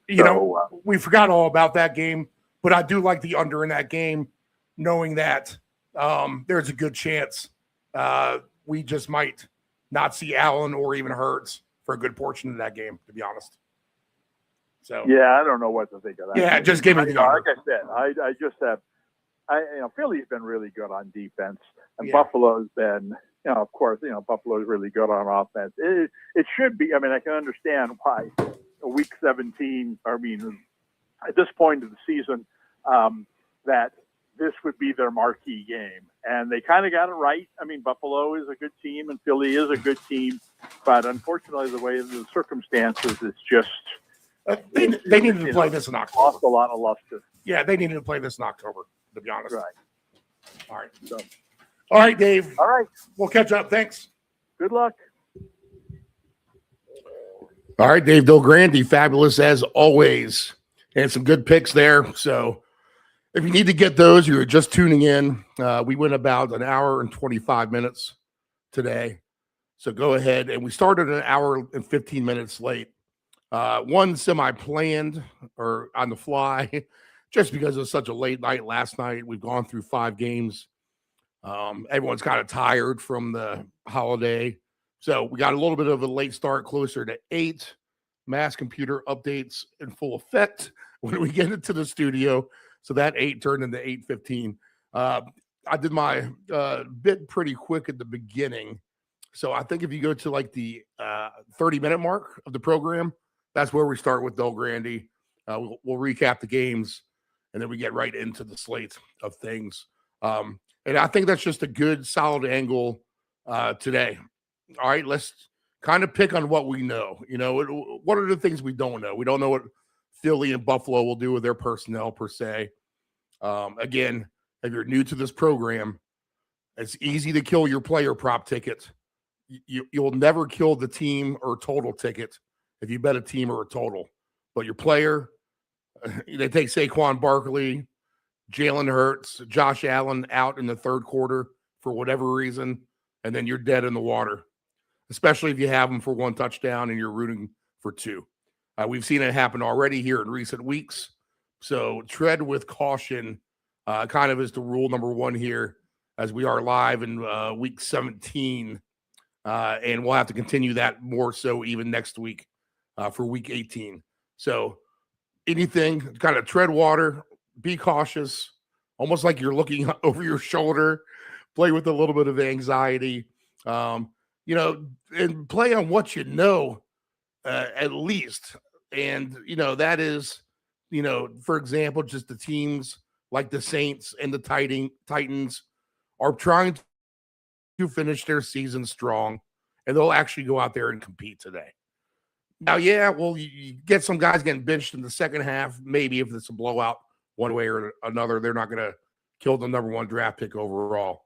But these two teams will compete, and could be a very sneaky over-under. I mean, it's 70 degrees there today. It's beautiful weather. Both of these teams playing well. I mean, I would not doubt this one flies over the total. The other one I'm starting to question now too, and I haven't seen line movement here, but this Tampa and Miami game has to be an over type of game, right? And I know we say that with Tampa every week, and they've been letting us down lately. You're damned if you do, damned if you don't, but you got to go back to the well on them. I mean, you have to. They have so much offensive talent, and you almost get the little bit of a feel here. Kind of not mentioned, but isn't there a piece of Mr. Quinn Ewers there, who wasn't the worst thing last week? Let's be honest. Isn't there a little piece of Quinn Ewers there, the Texas Longhorn, who'd love to see himself take out Baker Mayfield, the Oklahoma Sooner, in that little quarterback rivalry? The two never played against each other. Baker was before Quinn Ewers' time, but for college namesake and pride alone, I think you get a gutsy effort probably out of both quarterbacks. And I would say it's the same thing with Baker. We're reflected back on Texas, as those two teams are rivals now in the SEC, Oklahoma and Texas. All right, so you almost get a little Red River, they call it, what do they call it now, Nephew Dave? The Red River rivalry? Yep, that's exactly the right. old school Red River shootout. Red River rivalry. It was the shootout, and then you had to get politically correct on it and take that away. So now it's the rivalry. But I don't see this total moving, and I'll get to one line movement in a second that's going to be making all the sense in the world, to be honest. But 44.5 just seems a little weak. And I think you can pair that here with the Saints-Titans game. It's going to be 70 degrees. Both of these games with nice weather today. And points achievable. And two oddball kind of games, Dave, I would think. Yeah, absolutely. So we'll look at some of the props we can get involved with those specifically. The other one you think, how about this? Low 60s today in Cincinnati. A warm weather game with the Bengals and the Cardinals. It's not even going to be a cold weather game to try to hamper this over-under down, as this still sits at 53.5. The one line move we have seen this morning, and it is, let's see, the Jags are up to 5.5 now. I'm not sure if they were a little bit lower. I'm trying to recall that. But the Steelers now, they're up a full 1.5 since last night's Ravens game. They were -3 before that Ravens game. I think everyone was expecting the Ravens to go down, and then Derrick Henry, like a complete animal, had 4 touchdowns. Can't believe we didn't bet him for 3. I know the Ant-Man has him in a round robin for today with some other running backs. So he's in good shape with checking the box, number 1 with Derrick Henry. But the Steeler line is up to 4.5. And 35.5 now the total. So that has actually gone up a point here in the last few minutes. Nephew Dave, good morning. Good morning. This is the round robin just after 10 a.m. Eastern Standard Time, broadcasting live from our Chicks Beach studios in the lovely Virginia Beach, Virginia, the United States of America. We are here to invest the minimum, to make the maximum, and we're sitting on a jackpot today. For sure. Give me a Kyle Williams touchdown, Nephew Dave. Yes, let's do it. And we'll cash one home, a nice big ticket. In fact, I'll put it up on the screen here. Let me get Dave Del Grande off of there. Let me find this ticket, and I'll rotate some of these through. Now, Quentin Johnston is going to be on one of these tickets as well with his yards. Likely did not get there, but know that the other guys do apply for a winner as those tickets go through. But we have checked the box now with Jordan Addison, Isaac Tesla, Kevontae Turpin, Bo Nix, which we are basically declaring a minor miracle considering there are about 7 touchdowns scored or 8 touchdowns scored in 3 games, right? And the fact they're able to pick off half of them. and they're not your run of the mill player type of deal either. Right. So kind of a minor miracle to have those guys, and now almost as fate would have it, Kyle Williams gets his opportunity, and then you're like, no big deal. It's Kyle Williams, whatever. He probably won't get a touchdown. Well, it's going to help that there's no Mac Hollins, there's no Kayshon Boutte, and Demario Douglas has been hurt too. So who's next in line after Diggs? It is Kyle Williams as a number 2. So that play is very, very live. You can follow along with that this afternoon as well. Okay, Survivor pool. We must find one. We agreed none of the 5 games we would take for Survivor earlier in the week, correct? Yes. Yep. So we're going to hold it off for today. Figure most of the good teams are taken at this point. You're going to have to stretch things out, so we don't need to get too complicated. But why don't you run down the list there real quick, Dave? Let's see what we got. All right. You want me to go through the lines too? Or Yeah. just, the lines are pretty set. They haven't moved too much. You got that ticker at the bottom, so pick your lines from there. All right, let's go. Seattle is in Carolina. What a game this should be, at least hopefully. But no Survivor for me. A pass, yes. Pittsburgh is playing Cleveland. It's in Cleveland. I know if you have them, you could take them. Man, it's just the divisional game. You never know what could happen. I think there's a better play on the board for me. Yeah, pass. Jacksonville is taking on Indy. I want no part in Survivor. Maybe Jacksonville. If I'm running out of teams, I would take Jacksonville. Yeah, with the implosion of the Colts. Yeah. As we said would happen. As we said would happen on the show. Yep. The Patriots are taking on the Jets. Very tempting to use the Patriots if you have. I can't imagine that they're still left. But if you have them, you could use them. But again, think divisional game here too. Probably. There's a handful of people who probably have. Right. The Bucks and the Dolphins, I want no part in Survivor. No, on Survivor, I'm thinking most people have taken the Bucks earlier in the season. Either that or you're out of Survivor. Yeah, yep. I'll tell you that. They haven't been good at all. All right, next. Arizona is taking on Cincinnati in Cincinnati. Steve, my theme for all of Survivor, we had a split pool this year, so I will be taking home a little chunk of the money. And my theme here was let's play risky this year, and I did. I started out of the gate, with some teams that may have been a little bit questionable, right. But they were all used at the right time. It was actually, I forgot who it was, but we all took the same team and all got eliminated. So we got a split. So that being said, Steve, with the theme, I would take Cincinnati. I would too. Honestly, that looks like the best thing to me. I think so. In a shootout, that game could see a lot of points today. 41-27, correct score. Yep, I like that. The Saints are taking on the Titans. It's in Tennessee. That pays 175 to 1, by the way. Oh, really? Okay. We're going to have to look at that. No Survivor in the Saints and Titans. But it sounds like maybe you have a play here. Maybe Steve. Tennessee. I just honestly, if this game were New Orleans, I would give the edge to New Orleans.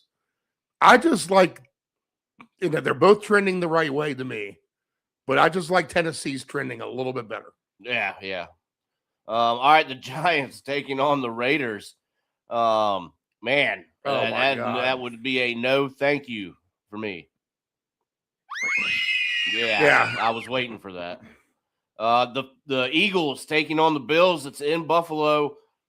Great matchup here. No Survivor for me. This will be the parking lot. Yep. That's the tailgate there. Yep. The Bears, they're taking on the Niners in the night game tonight. Another good matchup. No Survivor. I think the Niners have been used. This would be a sneaky play to take the Niners tonight.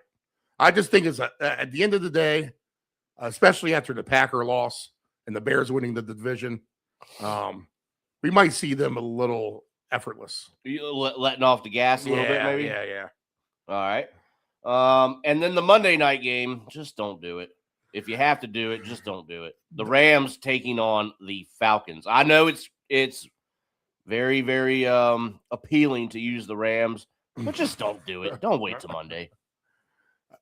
After losing all their money on Christmas, after losing their money taking the over in the Charger Houston game, after losing all their money taking Green Bay, and after losing all their money today, there will be one last gasp effort to take the Rams minus 7.5 at Atlanta. Final score 28-21. Oh, interesting.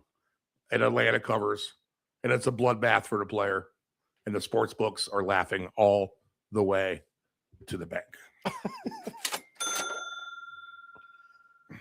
Oh, boy. We sure hope not. I'm hoping for a win today. Yeah. I got some decent angles. They're growing on me this morning. So let's get to them. Let's find the bets. First game on the board for me are the Seattle Seahawks and Carolina Panthers. Seattle minus 7.5, 42.5. Now, I guess we both agreed on the Bengals for Survivor, correct? Yes. Yeah. All right. And, well, this is a game where Seattle is coming off that fantastic win. You know, they're feeling good about themselves. In Carolina, they're feeling good about themselves too. They beat their hated rival in Tampa Bay.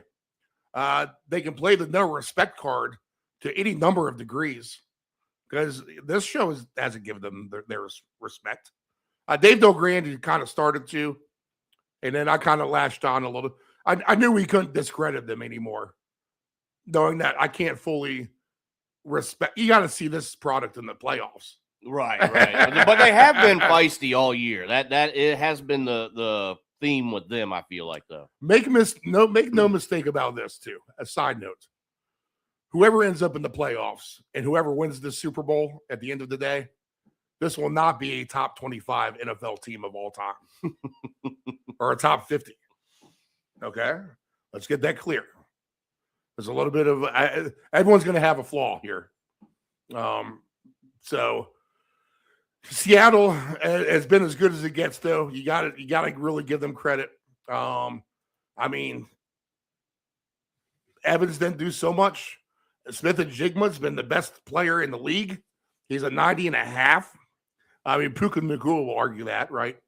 But they're 1 and 2. They're right there next to each other. Jackson Smith was with his breakout season, going from the number 3 to the number 1 on that team, and maybe he was even the number 2 behind DK last season. And the Seahawks just have a good thing going. Dave, I see my man Rashid Shaheed here at 28.5 yards receiving. All right, so that's going to be something I'm going to take a look at. And this has the feeling of the Chargers and the Texans all over again. Right. Does this not? It does. Oh, yeah. So I'm a little reluctant here to bet this game over. Man, I bet it could go over, though. I want to talk myself into it. Seattle has such good firepower when they can definitely lock it in.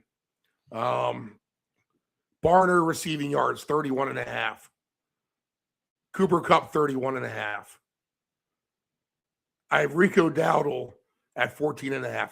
Where's my Ted McMillan at? Do you have him listed, Dave? Yeah. What do you want? Yardage? Yeah, I got very limited lines over here, even at this point of time before kickoff. And that's something too, guys. If you don't see a line, don't be shocked by that. Let's see here. We got Tet at what's his baseline? He's in the touchdown scoring list, but I don't have him baseline. Yeah, interesting. So we need to figure out what's going on with that. Maybe I'll do a little Google search there. And I don't have him in the receipt. I can't go alt either. There's no, but he's in the touchdown list. Okay, touchdowns in this game. Let's take a look at that. Steve, I don't know if it matters, but I think my camera's off. Oh, let me see here. I just glanced over and noticed that the blue ring was not on. Oh yeah, we're both live on, but we're both off. Let's see. There's me, and then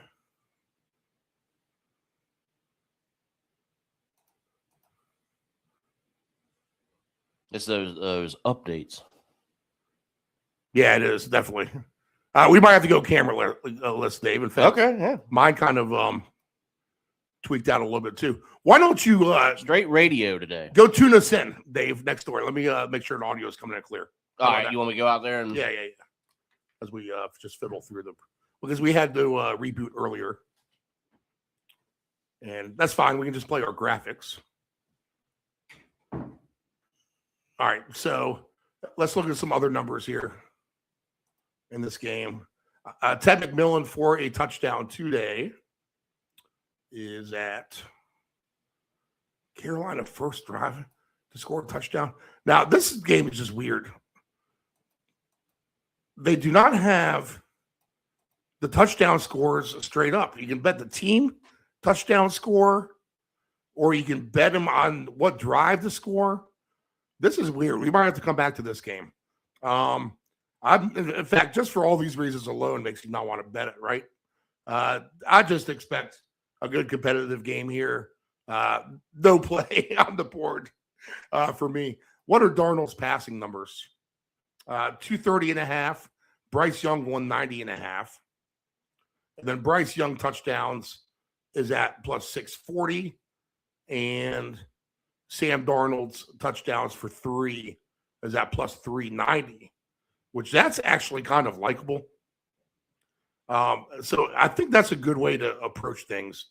If you're going to have some sort of a quarterback passing ticket, which I tend to have, then I think Darnold is someone you can try to put on there for 3 touchdown passing because he's going to be at plus 390, and that's going to be a good enough number to get a nice round robin payout at the end of the day. All right, so next game on the board. Let me make sure we get all the props for this one. Jeez. I thought we were going to be late to the party. Everything sound good? audio sounds good? Yeah, all right, cool. So no cameras today. No big deal. So you like anything in that Seattle, Carolina, Dave, game? I don't even have touchdown scores available, so I'm going to just skip it. I do have touchdowns available. I'll take Darnold for 3 touchdown passing. I'll take Shaheed over his receive yards. Well, Those are my 2 picks. So it's a win and in scenario, right, for Carolina? If Tampa Bay loses, they'll clinch the division. Okay. So they know what's ahead of them. Rico Dowdle is going to be my guy of focus today, plus 190 anytime. Because as important as this game is, and that's probably their main thought, but there is a little bit of incentive behind Rico Dowdle. He can get himself a nice payday for just 1 anytime touchdown. So, Steve, give me that. I do like Charbonnet as well at plus 105. So I like the running back angle here. I know they can air it out, and I know they will. But figure those guys, Charbonnet and Dowdle, to be involved with Dowdle, my number 1 angle in that game. All right, so officially, if I can get this article up. All right, the scenarios for Seattle are this. They clinch the NFC West and the NFC's number 1 seed if they get a win and a Rams loss or tie plus a 49ers Bears tie. Interesting. All right. So not the easiest path for them. Not at all. Carolina will win the NFC South if they win and the Buccaneers lose or tie. And then if they tie themselves and the Buccaneers lose, they'll win. So there'll be big Miami fans today. Sure. All right. That's why I think you probably get a feisty effort out of this Quinn Ewers kid. Okay, the Bengals and the Cardinals, I just suspected to go over. You can't jump ship betting these overs on these 2 teams at this point. They've been money every week. Yeah. Yep. So, for the most part, I mean, there's been a couple instances where Cincinnati got skunked by the Ravens. I don't expect the Cardinals to skunk the Bengals here at home. In fact, I think they owe one to the home fans, maybe make a better effort to appease the home fans. I think everything's in play here. The low-hanging numbers for the Bengals, you get Chase Brown, 20.5. He killed it last week. Isis is 13.5 on his baseline. How do you not just play on that? Gesicki's 25.5. T. Higgins, 59.5. He's always scores a touchdown. T. Higgins. And Jamar Chase, 85.5. Del Grande likes Michael Wilson over 49.5 rushing yards. I'm sorry, Michael Carter over 44.5 rushing yards for him. Burrow is 4.5 on his rush. Brissett, 10.5. I'll pass on both of those. I'll pass on interceptions for those guys. Let's see here.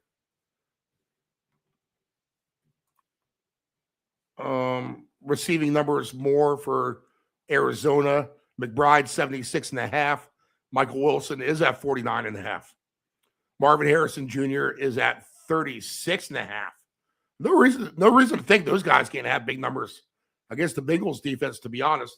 So don't be afraid to look at some Arizona numbers on the receiving side as well. So I think a full green light for the receivers.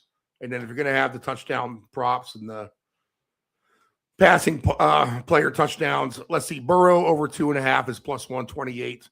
Over 1.5 minus 106 for Jacoby Brissett. I figure both of those guys should get to their over on that myself. So there are survivor pick. 41-27 pays again 175-1. So you're all on board with all that, Dave, right? Yeah, absolutely. I like this game to really. I like the over here. We've seen what the Cardinals do. They can get some themselves. And then Cincinnati just they have all the personnel to really run this thing up. But here's what I'm going to do, Steve. I've been looking around. You're going with that score. I'm going to go Cincinnati 28, Arizona 23 at 160-1. So staying under the total. Yep, just barely. Interesting. Yep, that's how the break the bettors today, Dave, or the ones that are betting the over in this game. There's going to be a few of them. Let's see. The other number I would look at here is, now I'm scaring myself, but this is the third leg. I'm going to play the other two legs primarily by themselves, and I'm going to add this one on for a hopefully a ice capper. But I'll take the team points for the Bengals over 33.5. And that's going to be my baseline for a couple of other teams as well. In this Tampa Bay Miami game, that will be my baseline for Tampa Bay, a nice payout for them. That's a number they haven't achieved here in recent weeks. You got to figure it comes against a bad Miami defense. I mean, it's a short road trip. Again, you got this little motif of Oklahoma against Texas with the quarterbacks going on. The old Red River shootout theory is what we'll call it. We won't call it the rivalry, Dave. We'll stick with the shootout. All right. And then, I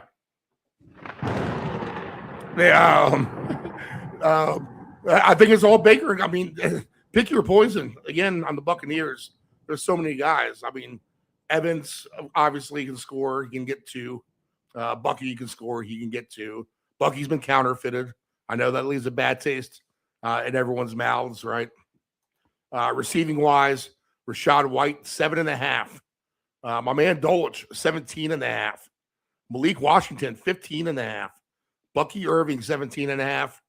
And you got to remember, guys like Malik Washington get new life with a new quarterback who's not afraid to throw it a little bit, right? So maybe where his numbers have been lower, and we saw him score last week, this guy might be the kind of guy that you jump on where you buy very low at Malik Washington. So let's face it, the Tampa Bay defense is atrocious, right? Yeah, we've seen better. Low hanger, wide receivers, Washington. I'll make some notes about this. For some other tickets, Cade Otton is 18.5. I mean, that's nothing for him. Achane, 26.5 is nothing for him. McMillan, 20.5. Waller, 30.5. Godwin, 35.5. Egbuka, 34.5. All these numbers seem low to me. Mike Evans, 57.5. Waddle is at 58.5. So pick your poison there. I think you'd have a lot of fun, at least playing around. Dave, will just shock you this game's 38, 31 or 38, No, not at all. 27 or something? Not at all. Quinn Ewers, 205.5 baseline. You probably have some fun with that. And Baker Mayfield, 219.5. What's Quinn Ewers' alternate passing touchdown number? Let's see. Plus 640 for 3. I was thinking he'd be closer to 10-1. Baker for 3 is plus 300. I think you throw them both on the ticket. Yeah, why not? And take a risk. Like the numbers on Bowers, I'm sorry, on Ewers and Mayfield. We're just going to give this Ewers kid a chance. Because Miami at least scored a little bit last week, right? Yeah, they'll get some points. Of that, I'm sure. All right. Over 44.5 to you, Dave? Yes. Tampa alone can almost get that if they play to their utmost game. Tampa Bay for 33.5 points today is at their baseline is 24.5. So that's low. And now to get to 33.5, a nice, beautiful day in South Beach is at plus 360. All right. That's actually down. I think it was plus 390 a little bit ago. So we're moving lines like crazy, people, Dave, on this. That's what we do. All right.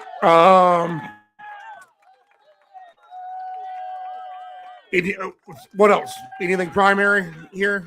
I know we haven't done a 2 touchdown ticket yet, so we need to get a couple guys going on a touchdown madness ticket. Right.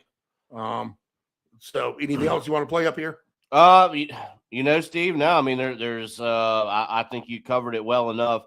I tell you what, though, if we're going to play something, we've seen this happening, and we were pulling our hair out last week. Play the Sean Tucker anytime touchdown somewhere. Just do it. Because it's coming. The counterfeit is coming. So just play it. Don't do like we did last week. We're going to learn from that mistake. And we're playing Sean Tucker plus 175. All right. I'm going to play this straightforward on the touchdown madness ticket. I'll put 2 players on from this game on the ticket. And we'll take short shots here. Why not? All right. We'll take Evans and we'll take Achane. I like it. Let's rewind to this Bengal ticket. Against that defense, why not Chase or Higgins? Jamar Chase is just due. He's plus 370. Yeah. That tells me he's going to score. And then Seattle and the Panthers, we don't have any good lines for 2. So we'll avoid that. All right, Jacksonville and the Colts, 5.5, 48.5. Why do I have the feeling this is going to be like Monday night with the 49ers and the Colts? Give me the over in this game. Give me Jacksonville in this game. Alec Pierce has been great. You can take his props if you'd like.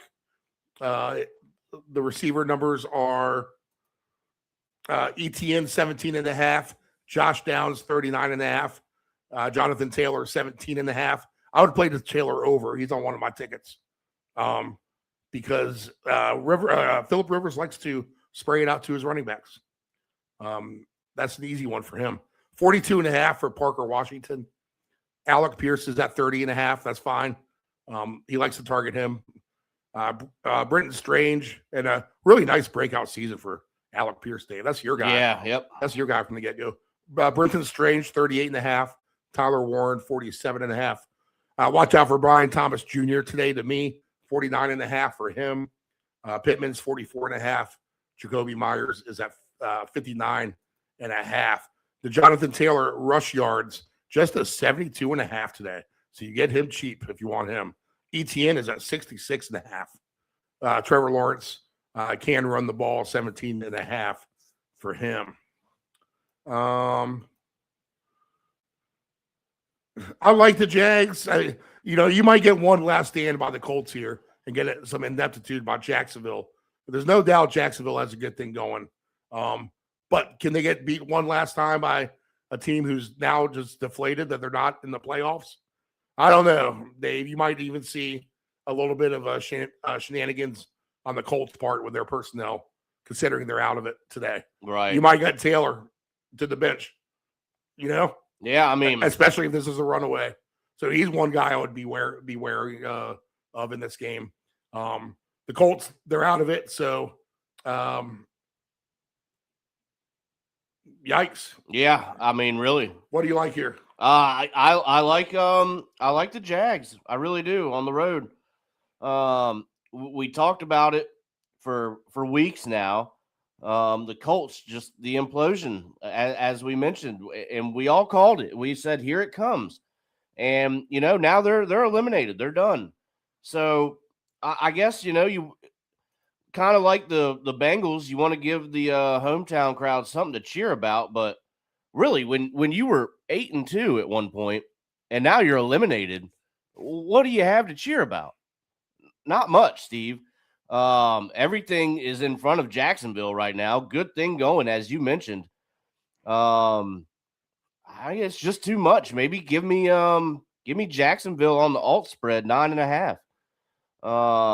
I think they win this one on the road pretty handily, and off to the playoffs they go. So give me anything Jacksonville here, Steve. I did play Tyler Warren though on the flip side of that coin for an anytime touchdown. Figure they're still going to maybe try and sling it. So Tyler Warren to be heavily involved. But I think it's all Jacksonville here today, Steve. I like Brian Thomas Jr. I'll take him at plus 195.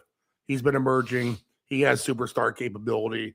And if the Jags are going to roll, then obviously there's a chance for someone to score 2 here. And we'll go ahead and throw Brian Thomas Jr. at 16-1 on our Madness ticket.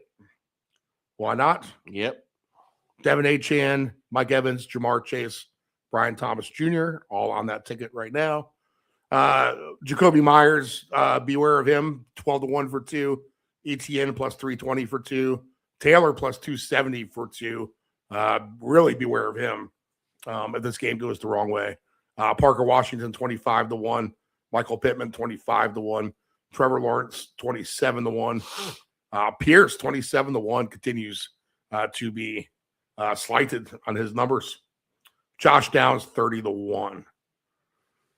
All right, yeah, I'm going to lean Jacksonville in the over. It's just I know what I saw Monday, and I just don't know how we don't see anything different. The air's out of the balloon too now, so we'll just trust that. I'm wondering if the Jets, as I'll give my state of the art of the union of the New England Patriots here, I wonder if the Jets take advantage of some New England injuries today and kind of keep themselves hanging around a little bit in this game. It's going to be Drake May, Superman, to be honest. He can make my guy Kyle Williams a superstar today if he throws for 3 touchdowns or 4 touchdowns. I think the Pats will be too much for the Jets. The Jets have if there's a team that's called it quits and they've packed their bags for the season and they're in Cancun, it's definitely them. They've had their injuries and lining personnel as well. Never in your life do you lay 13.5 points on the road. If you're an NFL team, that's not the bet you want to do. But this is a short trip. I don't see any reason why the Patriots don't score into the 30s today or upper 20s and maybe pull the plug on the Jets. I think they can score plenty of points still, and I'm going to trust them to do that. So give me the Patriots and the over here, Dave. State of the art of the union is that win over Baltimore looks a lot better after Baltimore winning in Green Bay last night. So give them another shot at Buffalo. We'll see how things pan out then. We punched them in the face first. They counter-punched us back hard after almost getting knocked out on the ropes in the second game. And then we'll see how this trickles out into the playoffs as well, if the two can see each other again. So Patriots fighting for number 1 seed still in the division. I have no doubt that they have their full effort out today. They're missing personnel, but that's going to be the rallying point in the locker room, is that we need to step up for these guys that are missing today. And they've been able to do that, especially on the offensive line with the injuries there. They've really been able to come together and protect Drake May for the most part. So give me the Pats. They're looking good. Vrabel will win, excuse me, Coach of the Year. And a bloodbath at MetLife today. What do you think? Yeah, Steve, I would have to agree. What are the Jets going to do here? Not much is the answer. And anything you want here with the Patriots, I think it doesn't really get much more simple than this one. 13.5 is the number. So that just kind of tells you what's going on here. So, yeah, give me the Pats and a route there at New York at MetLife, sending the already miserable Jets fans home just a little bit more sad.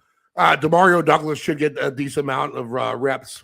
Efton Chisholm, the third, you can see him a little bit more often today for New England as well. In fact, he just dropped from 80-1 to 75-1 for 2 touchdowns. We'll throw Kyle Williams on this 2-touchdown madness ticket at 30-1. If he can score 1, he can score 2. Diggs is 10-1 for 2. We do have Travion Henderson back. He's 7-1. Could be limited. Ramondre Stevenson plus 750 for 2. Hunter Henry 9-1 for 2. This is a beware of personnel scenario as well when it comes down to winning big in the second half. Are you going to see Travion Henderson? Right. Coming off concussion? I mean, maybe not. You're going to get good numbers on the 1 touchdowns as well. Dearness Johnson at 14-1 is a good sleepy pick for a Patriot today to score a touchdown. Dearness Johnson, a very experienced running back, could get second half garbage time completely, and he could score a touchdown at 14-1. They'd love to run one in for him. Efton Chisholm is down to plus 550 for 1. That tells you he's going to definitely get some reps. My man Kyle Williams is plus 3-1 now. So he went from plus 330 down to plus 240, now back to 3-1, probably because of the news with DeMario Douglas being able to play. Drake May is 3-1 for a touchdown. Breece Hall is plus 170. Diggs plus 130. Obviously, 4 catches for him gets a big bonus. Hunter Henry plus 120, and the running backs are about even. First half line is another line I'd be interested in here. Let's see. Pats are laying 7.5. And on the alt line, I can get the Patriots minus 13.5 at plus 240. So I could parlay that to maybe a couple of the things that I like. That would be a good parlay maybe with Jacksonville if you think they're really going to handle the Colts, or even Tennessee if you like them at home. Maybe throw them into the mix if you need to have some first half action. The Cardinals are bound to score first against the Bengals. Maybe not necessarily in that game. The Bengals come back with 3 scores after they give up the 1 score, right? Type of deal, and then that game ping pongs back and forth. Let's see the numbers for Drake May.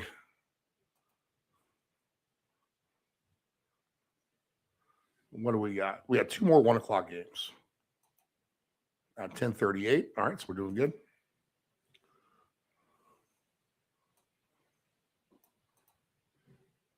Drake May 252.5. Brady Cook is at 166.5 today. The passing touchdowns. And Cook has been the better of the quarterbacks that we've seen, to be honest, even though he's a little sloppy back there and has nothing to work with. Drake May for 3 touchdowns today, passing, is at plus 260. And Brady Cook for 3 is at plus 1280. I think I'm ready to throw Drake May on that list for 3 touchdown passes with Darnold, Baker, and Ewers on what will be a round robin type of ticket. All right, Dave, so you got a bloodbath, right? Yeah, absolutely. All right.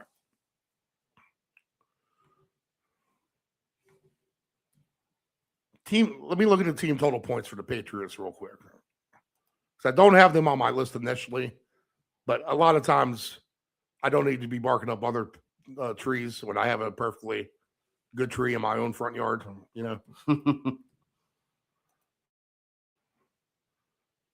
Over 33.5 plus 235. All right. So I think that's a good playable number. All right. Titans and the Jets. I mean, the Saints. New Orleans is a -1.5 point favorite at Tennessee, 39.5. I don't buy the fact that the road team should be the favorite here. I think the wrong team is favored, although they both are trending better and competitive. Let's do the quarterback comparison. You have the number 1 overall pick for the Titans against Shao, who was, 3rd round pick or so for the Saints? Yeah. Something like that. So that tells you the better quarterback is on Tennessee. And I like the relationship he has with his receivers and the tight end. And now Olave has been burning people. The Tennessee back end could get torched a little bit, perhaps. But let's just trust the home team here. And they're due for a nice win in front of their fans again, like they had last week. Back-to-back wins is what it would be. So beat the Super Bowl champs and then follow that up with a nice win over the Saints. And I think you can chalk me into some sort of an alt line with Tennessee. Their points plus 1060 to get over 33.5. Nice, beautiful day in Nashville as well. So over and under 39.5, I think is in play for it to go over, to be honest. Maybe just a simple way to do it would be over this game and over in the Tampa Bay Miami game and just hope for the best with those two. So the weather says we could have points again today, and I'm hoping we'll get them here. The low hanger receivers, our man DK Dyke has been fantastic. He's at 28.5, so he continues to be low. Olave is 69.5.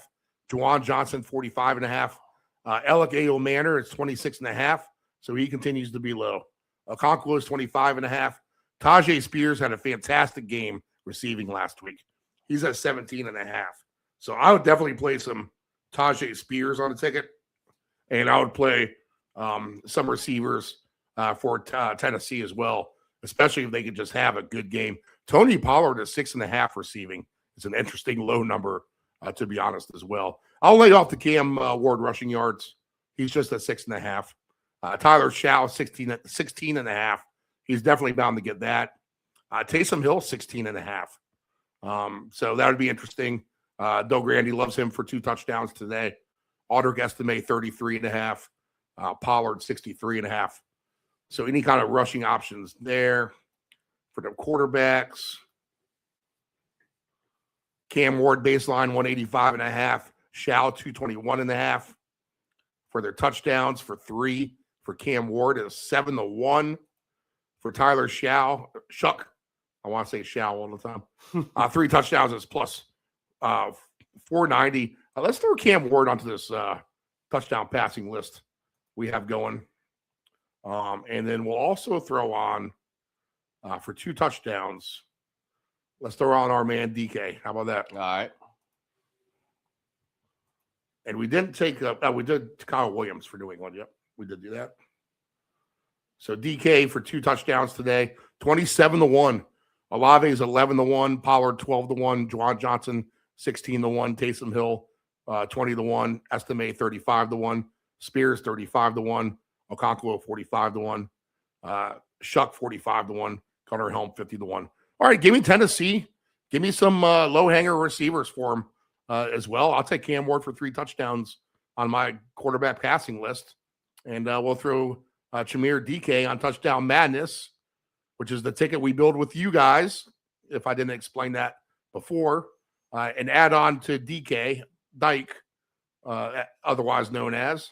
Add Kyle Williams, Brian Thomas Jr., Jamar Chase, Mike Evans, and Devin Achane, and which is a very conservative approach for this program. All right, Dave, what do you like in this game? Yeah, Steve, I like Tennessee at home as well, plus 100 on the money line. So keeping it pretty simple here. I did play a little Juwan Johnson. He's got an incentive He needs 67 yards for a nice little payday. So, I played an incentive ticket with a mix of all these guys, different incentives. So we'll see how that goes. It's just an interesting, fun little ticket. But for Juwan Johnson for 70 yards, it pays pretty healthy. So we're going to sprinkle that in. We've got Tony Pollard in there anytime. So a couple of players here in Pollard and Johnson that I'm focusing in on here. But at the end of the day, Tennessee feeling maybe a little bit better about themselves. They're at home and, maybe trending in the right direction somewhat here towards the end of the year. So, Steve, give me Tennessee at home. All right. And just for an example, then we'll do a little art of making the tickets on the fly. And Dave, I'm not going to take a 2-touchdown score in the Steeler Brown game. Okay. So let's just see what we get. We're going to have 6 players on this ticket, which I think is very reasonable. Achane, Evans, Jamar Chase, Brian Thomas Jr., Kyle Williams, and Shamir DK. On my primary, I did take Gainwell, though, if you were thinking about maybe taking anybody. He's an interesting call. Well, we'll lay off that game. Yeah. Let's see here. If we go, we're not going to hit any super jackpot today. Let's see here. We'll do 50 cents a leg. And we'll be able to go all the way up to the 5s, it looks like. Yep. Can we do a 6?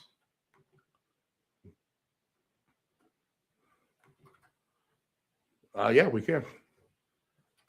All right. So if these players score 2 touchdowns today, here are the payouts. All right. Again, the players are Devin Achane, Mike Evans, Jamar Chase, Brian Thomas Jr., and the 2 longer shots, Kyle Williams and Shamir DK. So 50 cents on the 2-game parlays is going to pay out about $100, a little over. So nothing crazy. That's a $7 ticket. The 3-game parlays for 50 cents, which turns out to be an $8 ticket, the average payout is going to be about $1,400-1,500. Less than that probably because of those 2 longer shots. The 4-game parlay, there's 9 of those. The average payout is going to be about $20,000. And then if you get 5 of these guys, you're looking at about $200,000. And then all 6 together will pay out $838,000 off 25 cents. Altogether, we can win $1.4 million. So let me take a picture of this. And then a little bit on the fly here of the art of making the tickets. We're going to back on out. So remember these names, Dave. DK, Kyle Williams, and we mentioned one other guy earlier, Malik Washington. And these are all breakout type of players, right? DK, Washington. So let's go. Let's do a 3-game parlay here. And we're going to do a receiving player. Now you can find a couple other guys and stretch their numbers. In fact, I encourage it. But just for the sake of these 3 guys and moving on, let's take DK for 60 yards. Let's take Williams for 60 yards.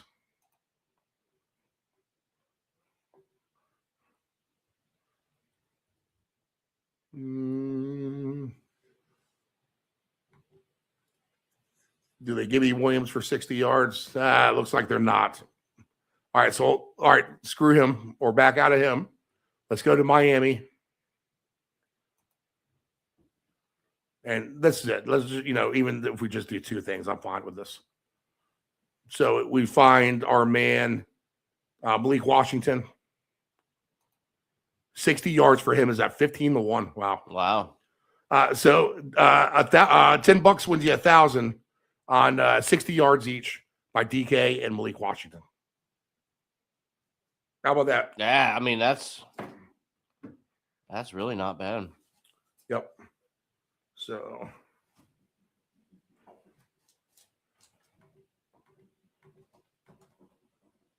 Big side note there. All right, on to the 4 o'clocks. Oh no, with the Steelers. All right, so you like Gainwell today, Dave, and the Steelers? I do, yes, sir. Yep. He's just been producing very, very good for them. I figure, why is that going to stop now? So yeah, sign me up. I have them anytime, and I have them for 2. Sprinkle Warren in there. Make sure you get him in there because he'll get his opportunity as well. But yeah, my focus, Steve, is going to be on Gainwell, as it's been for last couple weeks since I picked him up in fantasy, and he was really the only one that kind of kept me afloat towards the end, unfortunately. So he's earned my trust in that regard. You'll get paid nicely for it. I like the Steelers here. And tough divisional game. Anything could happen, but it's a win and in for Pittsburgh. So I got to figure the better team is going to do what they're supposed to do and go in there and beat Cleveland. So, Steve, give me Pittsburgh, give me Gainwell, and it's a happy day for the Steelers. I mean, it makes sense. I mean, it's going to be a sloppy day as well. So Gainwell makes sense. I'll write him down. I'll play with him. Why not? And Rodgers says he wants to get him a raise. So he'll definitely get some short passes. What could be a very bad weather scenario. Let's see. What does he have for his receptions today? On my end. 6 catches is plus 205. I'd like to get paid a little bit better for that. And Fannin, it looks like he's listed, so he's going to be a good to go. A player good to go. A player is interesting to me too, Dave. I'll tell you this, is Valdez-Scantling. Yes, yeah. He's getting a little bit more involved. Yeah, so I would pay attention to MVS. Aaron Rodgers reunited with him, and he loves that old Green Bay folklore, and he definitely targeted MVS last week. 60 yards for MVS is at 60-1. So I just deleted it. Let me do this. Yeah, Washington, DK, and Valdez. And let's just see what the payout is. And again, art of making the tickets on the fly. And we do that's a fun one. Valdez-Scantling. We'll do DK for 60.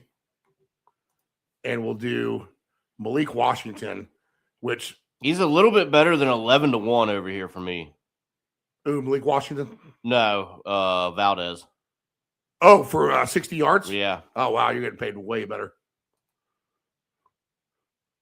Malik was a little bit better than 15-1. He was 15-20. Wow. Valdez is 11-60, and DK is basically 5-1 at 505. Okay. A 3-game parlay pays about $7,000 on my book. Probably pays more on your book. So 60 yards each, Valdez-Scantling, DK, and Malik Washington. We move forward. Pittsburgh, besides that, I'm not going to play much. Let's look at the Aaron Rodgers numbers, though, and Shador numbers, just so you have them. I think this is a mismatch. Yeah. Now that the Steelers are going to try, to be honest. So I understand the line move.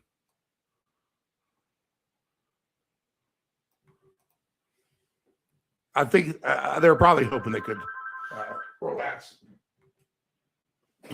So Shador Sanders, 177.5. Aaron Rodgers, 183.5. Alternate passing touchdowns for these players today. And how appropriate that we talk Aaron Rodgers and chiming in now on the hotline. Aaron Rodgers plus 580 for 3. Wow. He's a mutta. And Shador Sanders for 3 touchdowns today. 14-1 plus 370 for Shador for 2. Good morning, Antonio. How are you? I'd be much better if Green Bay would have just taken care of business and we wouldn't be talking about Rodgers right now. Because they would have had the division. But now we have to watch. Now I have to watch them play the stupid Browns. Strongest line move of the day so far, up to 4.5. Now for the Steelers. Over under up to 35.5, and what should be a bad weather game. But it could be fun. How about our angle for MVS, Anthony? Valdez-Scantling today. Well, as long as MVS doesn't go after any Browns fans, I'll take him. Yeah. He just went up 2 to 12.20. Yeah, so his number's dropping. Lima. See, they tuned into the show. He's plus 430 for one today. It is 2 touchdowns. Man, let's just take a look at that. 40 to 1 for that. You'd hope you get more. But you're right. No DK Metcalf. Could be more Valdez Scantling. A player that he trusts. And for 60 yards to get that big number, 15 to 1 or whatever you have now, Dave. What do you got? For Valdez? Yeah. I now have 12.20. So that's moved big time just during this conversation. And Wait, Dave, what's 12.20? Valdez for 60 plus receiving yards. How about this? He went from 15 to 1 to 6 to 1 to me. Wow. They're tuning in. They definitely are. So we're talking about the Valdez Scantling, DK, and Malik Washington ticket. Malik Washington getting new life with Quinn Ewers, and what will be the Red River Shootout, Anthony, today with Oklahoma and Texas at quarterback in that game. All right, Anthony. Anything else on Rodgers for you in this game? Just win. Yeah, just win. So I can win this Pittsburgh bet. All right, your best bets for the 1 o'clock games. That we went through all the 1 o'clock games. What are a couple of things? Throw a couple picks out there for these guys. Let them feast on something. Honestly, I'm looking. Look, it's fantasy championship week. Play your studs. I'm going with the big game from JSN. Jamar Chase hasn't scored since October. I know I've lost money with him, and you know what? The hell with it. They're going against the Cardinals. It's the highest over under of the week. The hell with it. I'm going back with Jamar Chase, 125 and a score, and I'll probably popcorn that for 2 touchdowns as well. Stevenson's back, correct? Yeah. Or not Stevenson, Henderson. Yeah, they're both back. Yep. That's why the Ernest Johnson in the second half is the pick. Yeah, because once they're up by God knows how much. If Brees, I believe Brees Hall's playing. I wouldn't mind his receptions. Just a couple dump offs. I don't care what his yards are. Colts are eliminated, but that doesn't eliminate Phillip Rivers. Give me every dump off to Jonathan Taylor you can imagine. For the Jags, I think last week was Parker Washington. I think it's going to be the Jacoby Myers show today. Facing the Titans. You know what? In the goofiest way, and no Kamara again. They're playing the Titans. Said it before, and I'm going to say it again. Oh, Del Grady loves them. You don't even have to say it. It's happened before. Yeah. I'm going back to it. Let's go Taysom Hill. Tampa Bay, they obviously need it. I honestly would not be surprised if Miami wins. I can't explain how. But fire me up all the Mike Evans. It's just going to be Baker and Mike Evans all damn day. That's really all I got. Play your studs. Fantasy championship. All right. There you go. 4 o'clock hot game. Giants and the Raiders. Give me Genty for 2 touchdowns in this game. 2.5 for the Giants, 41.5. The kid will make a hard effort for Coach Pete Carroll, who probably is on his way out. And the Giants are coachless. I'm sure there's some angles to this one. And, I don't know what the right ones are or not. They both seem to be mentioned players left and right. It is ineptitude versus ineptitude, which could create mass chaos between these two. Let's be honest. Man, I hope this is 44-37. Geno Smith and Jackson Dart. Geno Smith 197.5 baseline. Jackson Dart 186.5. Man, what are the chances we can get 44-37? The very low hanger numbers for this game. Tyrone Tracy 13.5. Bellinger 20.5. Isaiah Hodgins 16.5. Genty 26.5. Michael Mayer 35.5. Or Michael Meyer, however you want to say it. Slayton is at 37.5. Oh, there's our man Trey Tucker, who does nothing, 46.5. Wandell Robinson, 58.5. I mean, if there's not a more putrid game on the planet than this game, then I don't know what is. The 2 touchdown scores. Genty is at plus 420. The perfect number for him. Tyrone Tracy, 10-1. Singletary, 14-1. Jackson Dart. That's going to be a Jackson Dart 2 touchdown day, right? 16-1. Wandell Robinson, 18-1. Trey Tucker, 27-1. Give me Genty and Dart 2 touchdowns each. That pays 68-1. There you go. There's my play for that game. Passing prop wise for the touchdowns, Geno's at plus 630. Jackson Dart is at plus 640. They both throw an interception. That wouldn't be a shocker to me, to be honest. We haven't talked much interceptors. Geno is always a favorite to throw an interception. Oh, yeah. He's minus 138. Dart is at minus 102 to throw a pick. Though Grandy loves Genty, I don't see a reason why not. You know what? I'll take some Jackson Darts rushing with his touchdown. How about that? 2 touchdowns, Genty and Dart. What do you got, Anthony? I actually don't mind that at all. No Brock Bowers, fire up Michael Mayer. This is pretty much the battle of the I want the number 1 picks. But I'm intrigued. But who's there to Giants pick? It is, but the Giants aren't drafting the quarterback. And the Raiders will get what Mendoza anyway, probably. More than likely. But and if the Giants, well, the other thing is if the Giants lose and they get the number 1 pick, they'll just trade it. Or they're just stupid enough they'll draft the quarterback because I think Dart is their future. They just have to keep the dude healthy. I think that's what all Giants fans are hoping for. Honestly, for both to play well. They could both trade down. I could see both these teams trading down for more picks, to be honest. Las Vegas needs a quarterback. I think New York's okay because remember Malik Neighbors is coming back, Scatterbu's coming back, and as long as Dart, look, he's a rookie. What else are you going to do? He's taking his lump. Right. Yeah, take your lumps now. A lot of quarterbacks did the same thing. Lamar did this. I mean, no. If they can fine tune him, get a good coach in New York, well, say a prayer for that. But if they actually get a good coach and a good, construction, I don't think they need a quarterback. So if I were the Giants, I would actually bench Dart at halftime. But for our case, I think they're going to play him. I hope he does play the whole game, and I hope he doesn't get hurt. That's my biggest concern. But at that number, sure. Because guess what? There's only 1 more week left after today. So to hell with it. Fire me up with Dart for 2. Now, I'm also in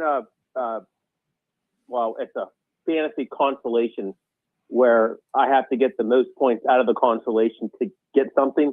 So I'm going to pair him with Darius Slayton for a prayer. So I'm taking Darius Slayton for 80 yards.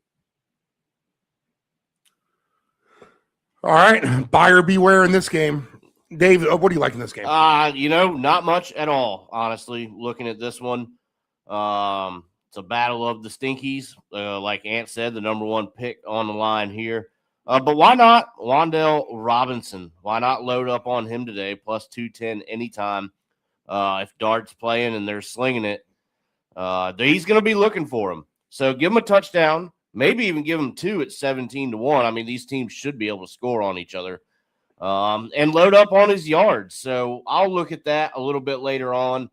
But really, that's going to be my thing of focus here is let's focus on Wandell Robinson and not much else. All right, in the other late game, only 2 games later, that's the sacrifice we need to take to have all these standalone games on Thursday and Saturday, is the Eagles and the Bills, which, let's be honest, this is a much better game played in October, early November. Why they're waiting for Week 17 to play this game, I don't know why. Honestly, at the end of the day, it could be meaningless for Buffalo for the most part. It's just about meaningless for the Eagles. They're going to get a home playoff game, and they'll move on after that. I don't think they care about seeding. Besides that, this is your beware. This is your beware sign beware, do not approach sign flashing as bright as it could be, maybe. Because once we get to the third quarter, bye-bye Barkley, bye-bye Hurts, bye-bye A.J. Brown, bye-bye Josh Allen, bye-bye James Cook, bye-bye everybody. The main question is Shakir finally going to get his stupid touchdown to pay him off? He hasn't in the last 2 weeks. And we're a game where it's bad weather too. And you want this to be a fun game because it was 37-34.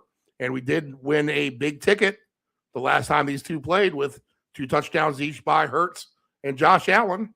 In another rainy type of game, scored 71 points. Remember that second half onslaught of points that they scored was kind of a lower scoring first half, but they got the train going big time, which they're capable of doing. But when we get to that point in the second half, is it really going to even matter for these two teams? I don't know. So to me, this is just about a stay away. Y'all can try to convince me otherwise, to be honest. Obviously, we've got to have something in here. But if that's going to be the case, then it's going to be like a Ray Davis touchdown. Tyler Johnson touchdown. Look at Tank Bigsby. Tank Bigsby for a touchdown. Yes, exactly. Let's see. What is the Bigsby? Let's see. Bigsby and so Bigsby's 11-1. Are you kidding me? And Ray Davis is 14-1. So I can put down $10 to win $1,800 on a Tank Bigsby Ray Davis parlay.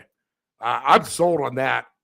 And That's the play. There it is, right there. And I would take it one step further and take Ty Johnson with Bigsby as well.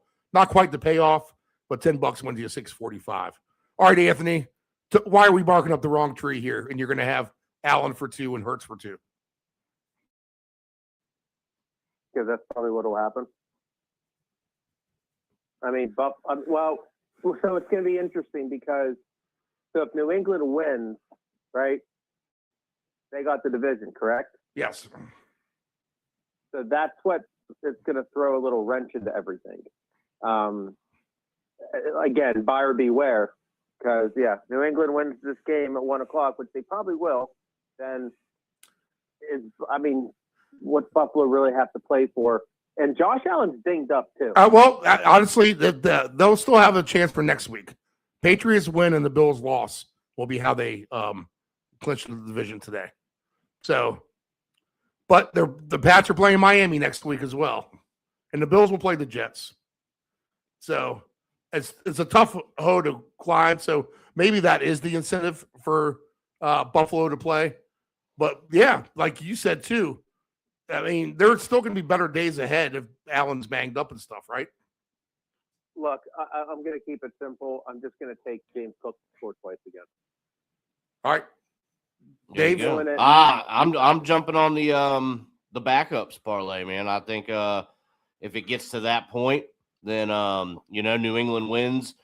Bills need to protect their guy, so and the Eagles might not care at all. They might not, and the Bills just might beat their ass. So let's keep Barkley healthy, and then not care, And I mean, again, here he comes. I said it. Here comes Tank Bigsby. You saw him get some usage last week too. So 12-1 anytime touchdown. I guess if you wanted to make a little bit of a bigger bet, you could just do him by himself in some kind of capacity. But give me Tank Bigsby to score today, and I think this is one of those games where.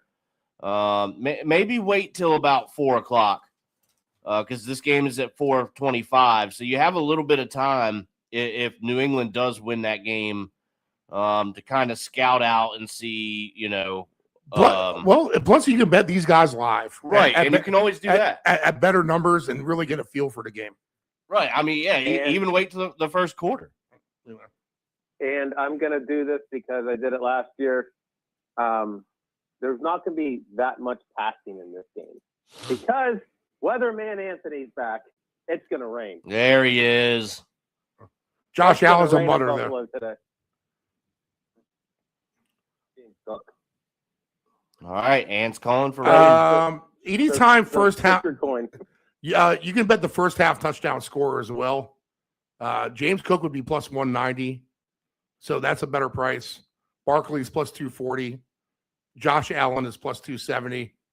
Now I can see a combo of that. For all first half touchdowns, Josh Allen, Barkley, and Cook pays 43-1. If you want to do Hurts, Cook, and Allen, 50-1. All just in the first half. Which maybe that's the case. But again, Brady Anthony, doom and gloom perhaps. All right, I'm just saying proceed with caution, I think. And Dave, I think we can play our guys live is the beauty of it. Yeah. And get even better numbers. So we'll feel it out. Night game with San Fran and the Bears, I think is a good one, but it's almost, now that the Bears are good to go in that division, maybe they let off the gas too. So I like San Francisco in this game, minus 3.5, 52.5. I think this is a good spot for the 49ers who can win the number one seed still. And if the Bears, even on a level playing field of having interest to play, I think this is just a tough spot for the Bears. The Bears are better off losing this game now to reset for the playoffs, get it out of their system, and let McCaffrey do his thing against the team who, if McCaffrey's going to have a huge running game, it's going to be against Chicago because they're not that great against the run themselves. I'd be interested to see how Monangai does in this game as well. Maybe Swift gets a little bit of a break, considering that they won. And, if this game gets out of hand, I think Caleb's out of there. So buyer beware on everything with the Bears after clinching the division last night. And San Fran had everything to play for. In fact, I think San Fran's one of the better plays on the board today. I'll go that far. If there's a big Steve Lock of the week, did it win last week, the big Steve Lock of the week? What was your pick? I want to say it was the system play, which would have been Cincinnati or Tampa. I guess it was Tampa. They didn't win. All right, so no, we'll call it a loss. But if there's a big Steve Lock of the week, this week, I'll take the 49ers, minus 3.5 over the Bears. All right, thoughts, gentlemen?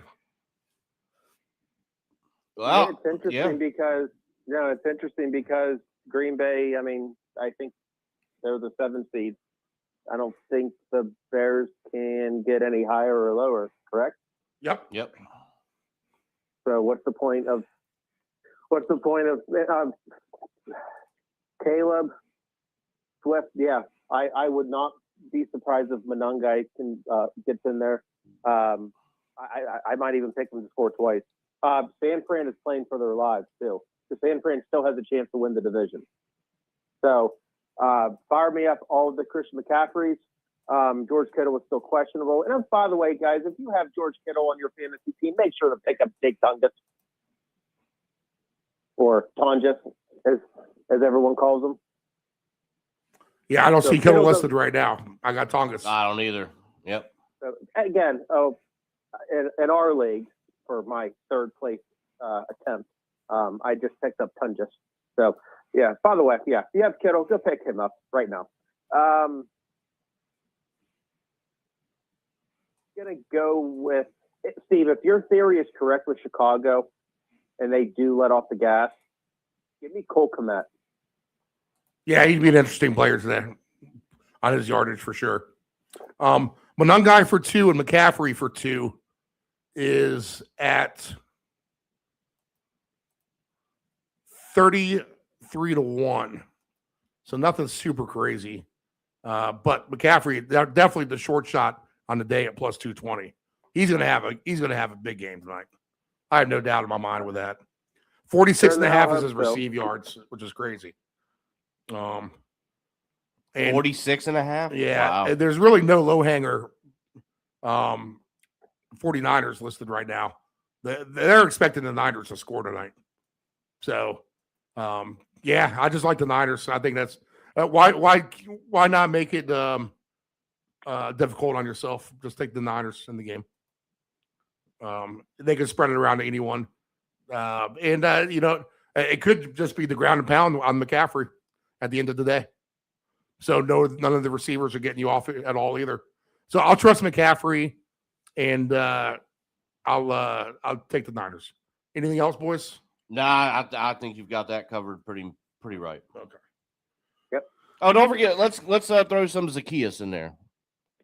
There you go. There's Zacchaeus bet. And I said it all show. I said it all week. After the sports books destroyed the gamblers on Thursday, after everyone bet the over in Tennessee, in the Texans-Chargers game yesterday, after everyone lost their money on Green Bay and the under last night, and after everyone loses their money today, the last place I want to be with everyone trying to win their money back is on the Rams -7.5 at Atlanta. This has 28-21 written it all over it to me. Unless the stupid Atlanta coach goes for 2, down 8, trying to get down to 6, and a complete momentum killer. That will be your best hope. But I fully expect Kirk Cousins to stay within the number here because he's been good. 220.5 is his baseline. 268.5 is the Matthew Stafford baseline. The Rams can give up some points now, and Atlanta can score points as well. They have a couple superstars on their side as well. Get Drake London back. You ever heard this Bijan Robinson kid?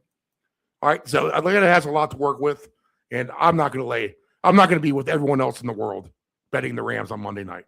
That's the golden theory. Number one, put yourself on the side of the sports book. Who's the sports book going to need?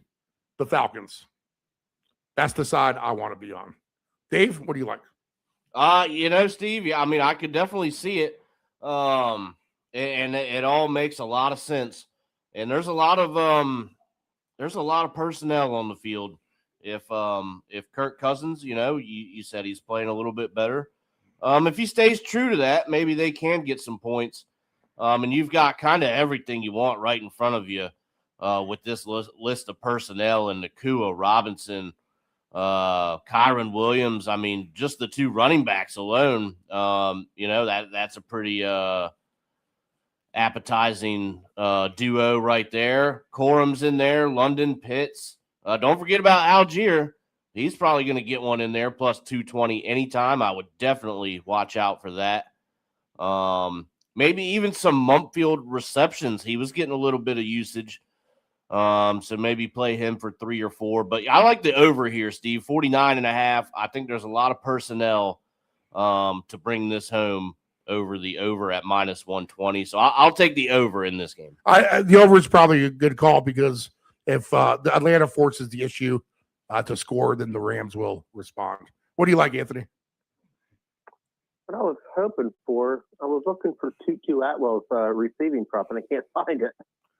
Yeah, a lot of props missing off the boards this weekend. Well, there's a chance he may not play. It might just be a healthy stretch, which I don't get because Adams isn't playing. But look, how is Puka not going to go off again? Or is this going to be the week where everyone bets Puka and it becomes the Kyron Williams train?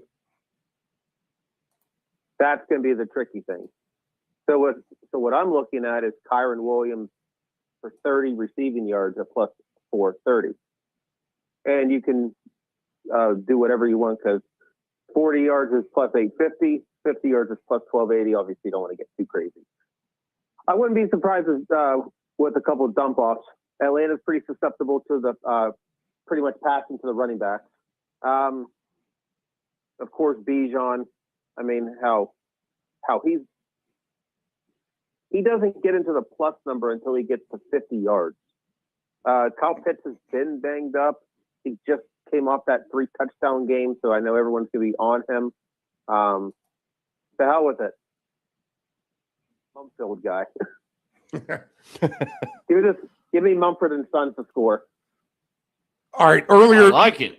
Earlier in the show, we're having a lot of trouble getting the lines for Carolina and Seattle. They're all back on the board now, so that's good to know. Ted McMillan, 51.5. Wow. Low for him. AJ Barter, 31.5, still sits good. Rashid Shaheed, 31.5. I'm still going to take a shot from that with that. That's up actually on the Shaheed number. So actually he's down a couple yards. Hey, write this down. I'm really pissed off about leading my girlfriend in the wrong way in her fantasy championship. Right. So I want to double down with this, and I'm gonna do one final Megan, and it's not gonna be on Thursday. It's gonna be today. So I want you to write this down or jot this down right now. 5 guys to score. Here we go. You ready? It's all gonna be at 1 o'clock. Harold Fannin Jr. I believe he's playing. JSN, Jackson Smith and Jigma, Jonathan Taylor, Hunter Henry, and Jalen Waddle. Tell me what that pays. Should be 10 to win I'm thinking 1,000. Let's see. All right, Jackson Smith is at plus 105. I'll lock him in.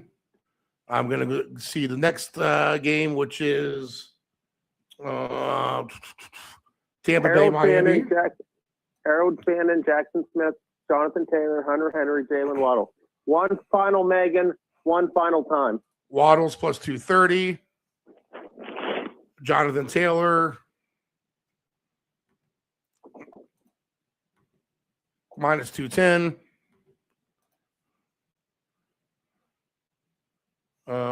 Harold Fannin Jr. is at plus 350. Wow.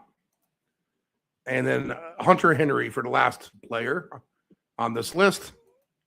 This is all Megan's fantasy players that she needs to beat Precious today in the final. All that Anthony pays 1,000 even. 10 wins, $1,001.13. How about it? That's Anthony's play of the day. One final Megan, one final time. All right, I'm on board. Yep, doing it. Let's do the most famous sounder in all of sports. All kinds of production issues this morning. Stand by. Here we go.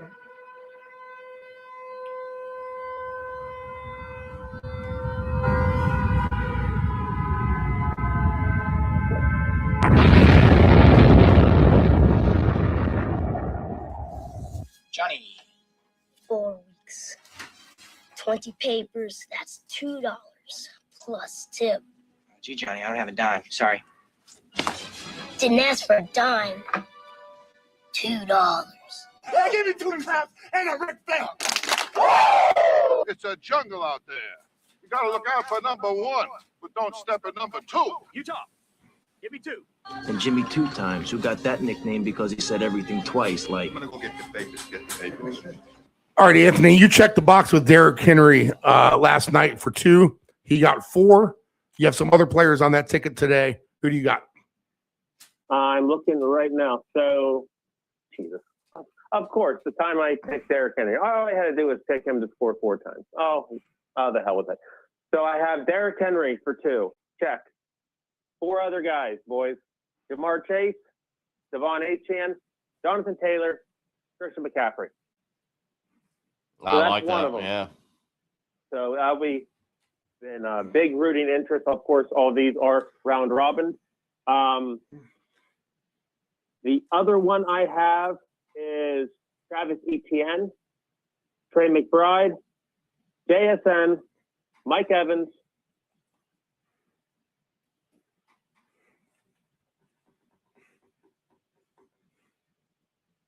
and that's all she wrote. Dave? All right. Primary 2 touchdowns. I'm going to go with Zach Charbonnet, Brian Thomas Jr., Stephon Diggs, and then we'll round that off in a little 4-man round robin, of course, Kenneth Gainwell. Man, I like that one, honestly. They're gonna. So it's Gainwell. Who is it? It's Diggs, Gainwell, Thomas Jr., and Charbonnet. You know what? You know why Brian Thomas makes too much sense? Because he was my first round pick, and he's the reason I finished last in my league. And you know what he's going to do today? Rub it in. All right, 2 touchdown scores for me. I got them all over the place.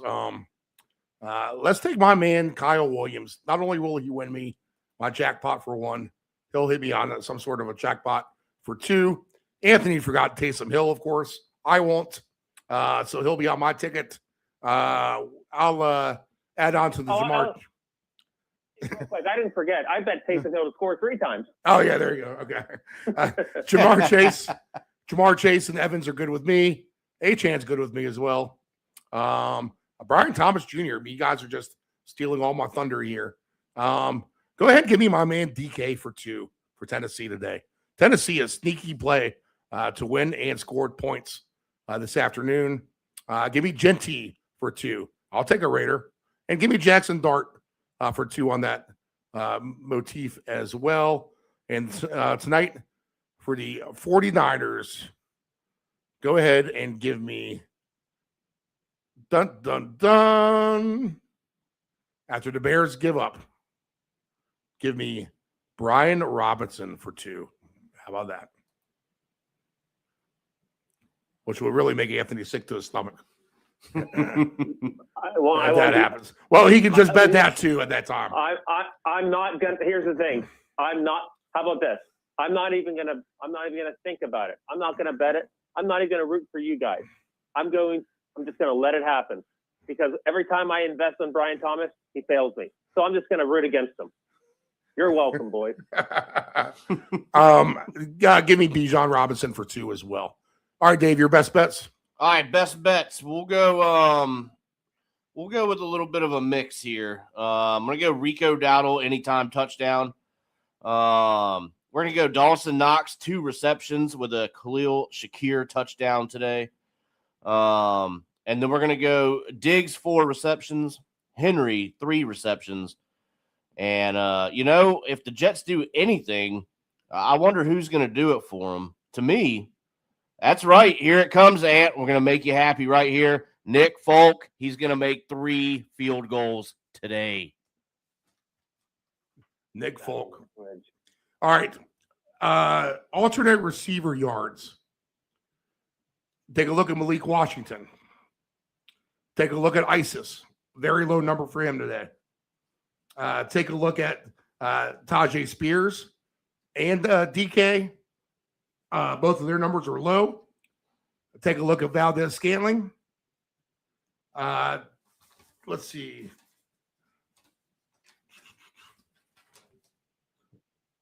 Take a look at Waller. Don't forget about Waller. Puka will have a great game. Let's see. Shuffling around here. Let's see. Okay. Michael Carter rush yards. He's a very low hanger in that game.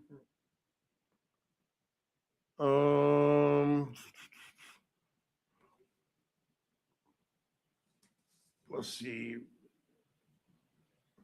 Man, I was close to having both those running backs or quarterbacks on their rushing number last night. They both got 60. I had one of those bozos for 70. All right, quarterbacks to throw for 3 touchdowns today. Darnold, Baker, Drake May. I'll throw Ewers on that list. I'll also throw in on that list, I believe I'm going to put Trevor Lawrence. Although I'll probably take Rodgers, honestly. He can score in the rain. Why not? Actually, Cam Ward will be on that list. So 3 touchdowns for those guys in the round robin. A big Steve lock for the week are the 49ers. And again, teams and points will never let you wrong with the props when the player gets hurt. So 49ers lay the points. I'll take Atlanta at home on Monday night. I'll take the under in the Philadelphia Buffalo game. I'll take the over in Tennessee in the Saints game. I'll take Tennessee to upset New Orleans on a light upset. I'll take the Patriots to cover their number. I'll take the Jags and the over in that game. And I'll take the over in the Tampa Bay game, which is down to 43.5 now in the Red River Shootout. I'm going to beware on the Bengals and the Cardinals a little bit, but I think that game plays over as well. All right, we got plenty of time. We got 90 minutes to make tickets, guys. How about that? All right. There was another one I just threw at with some running backs. All right, what do you got? 40 yards. 40 yards.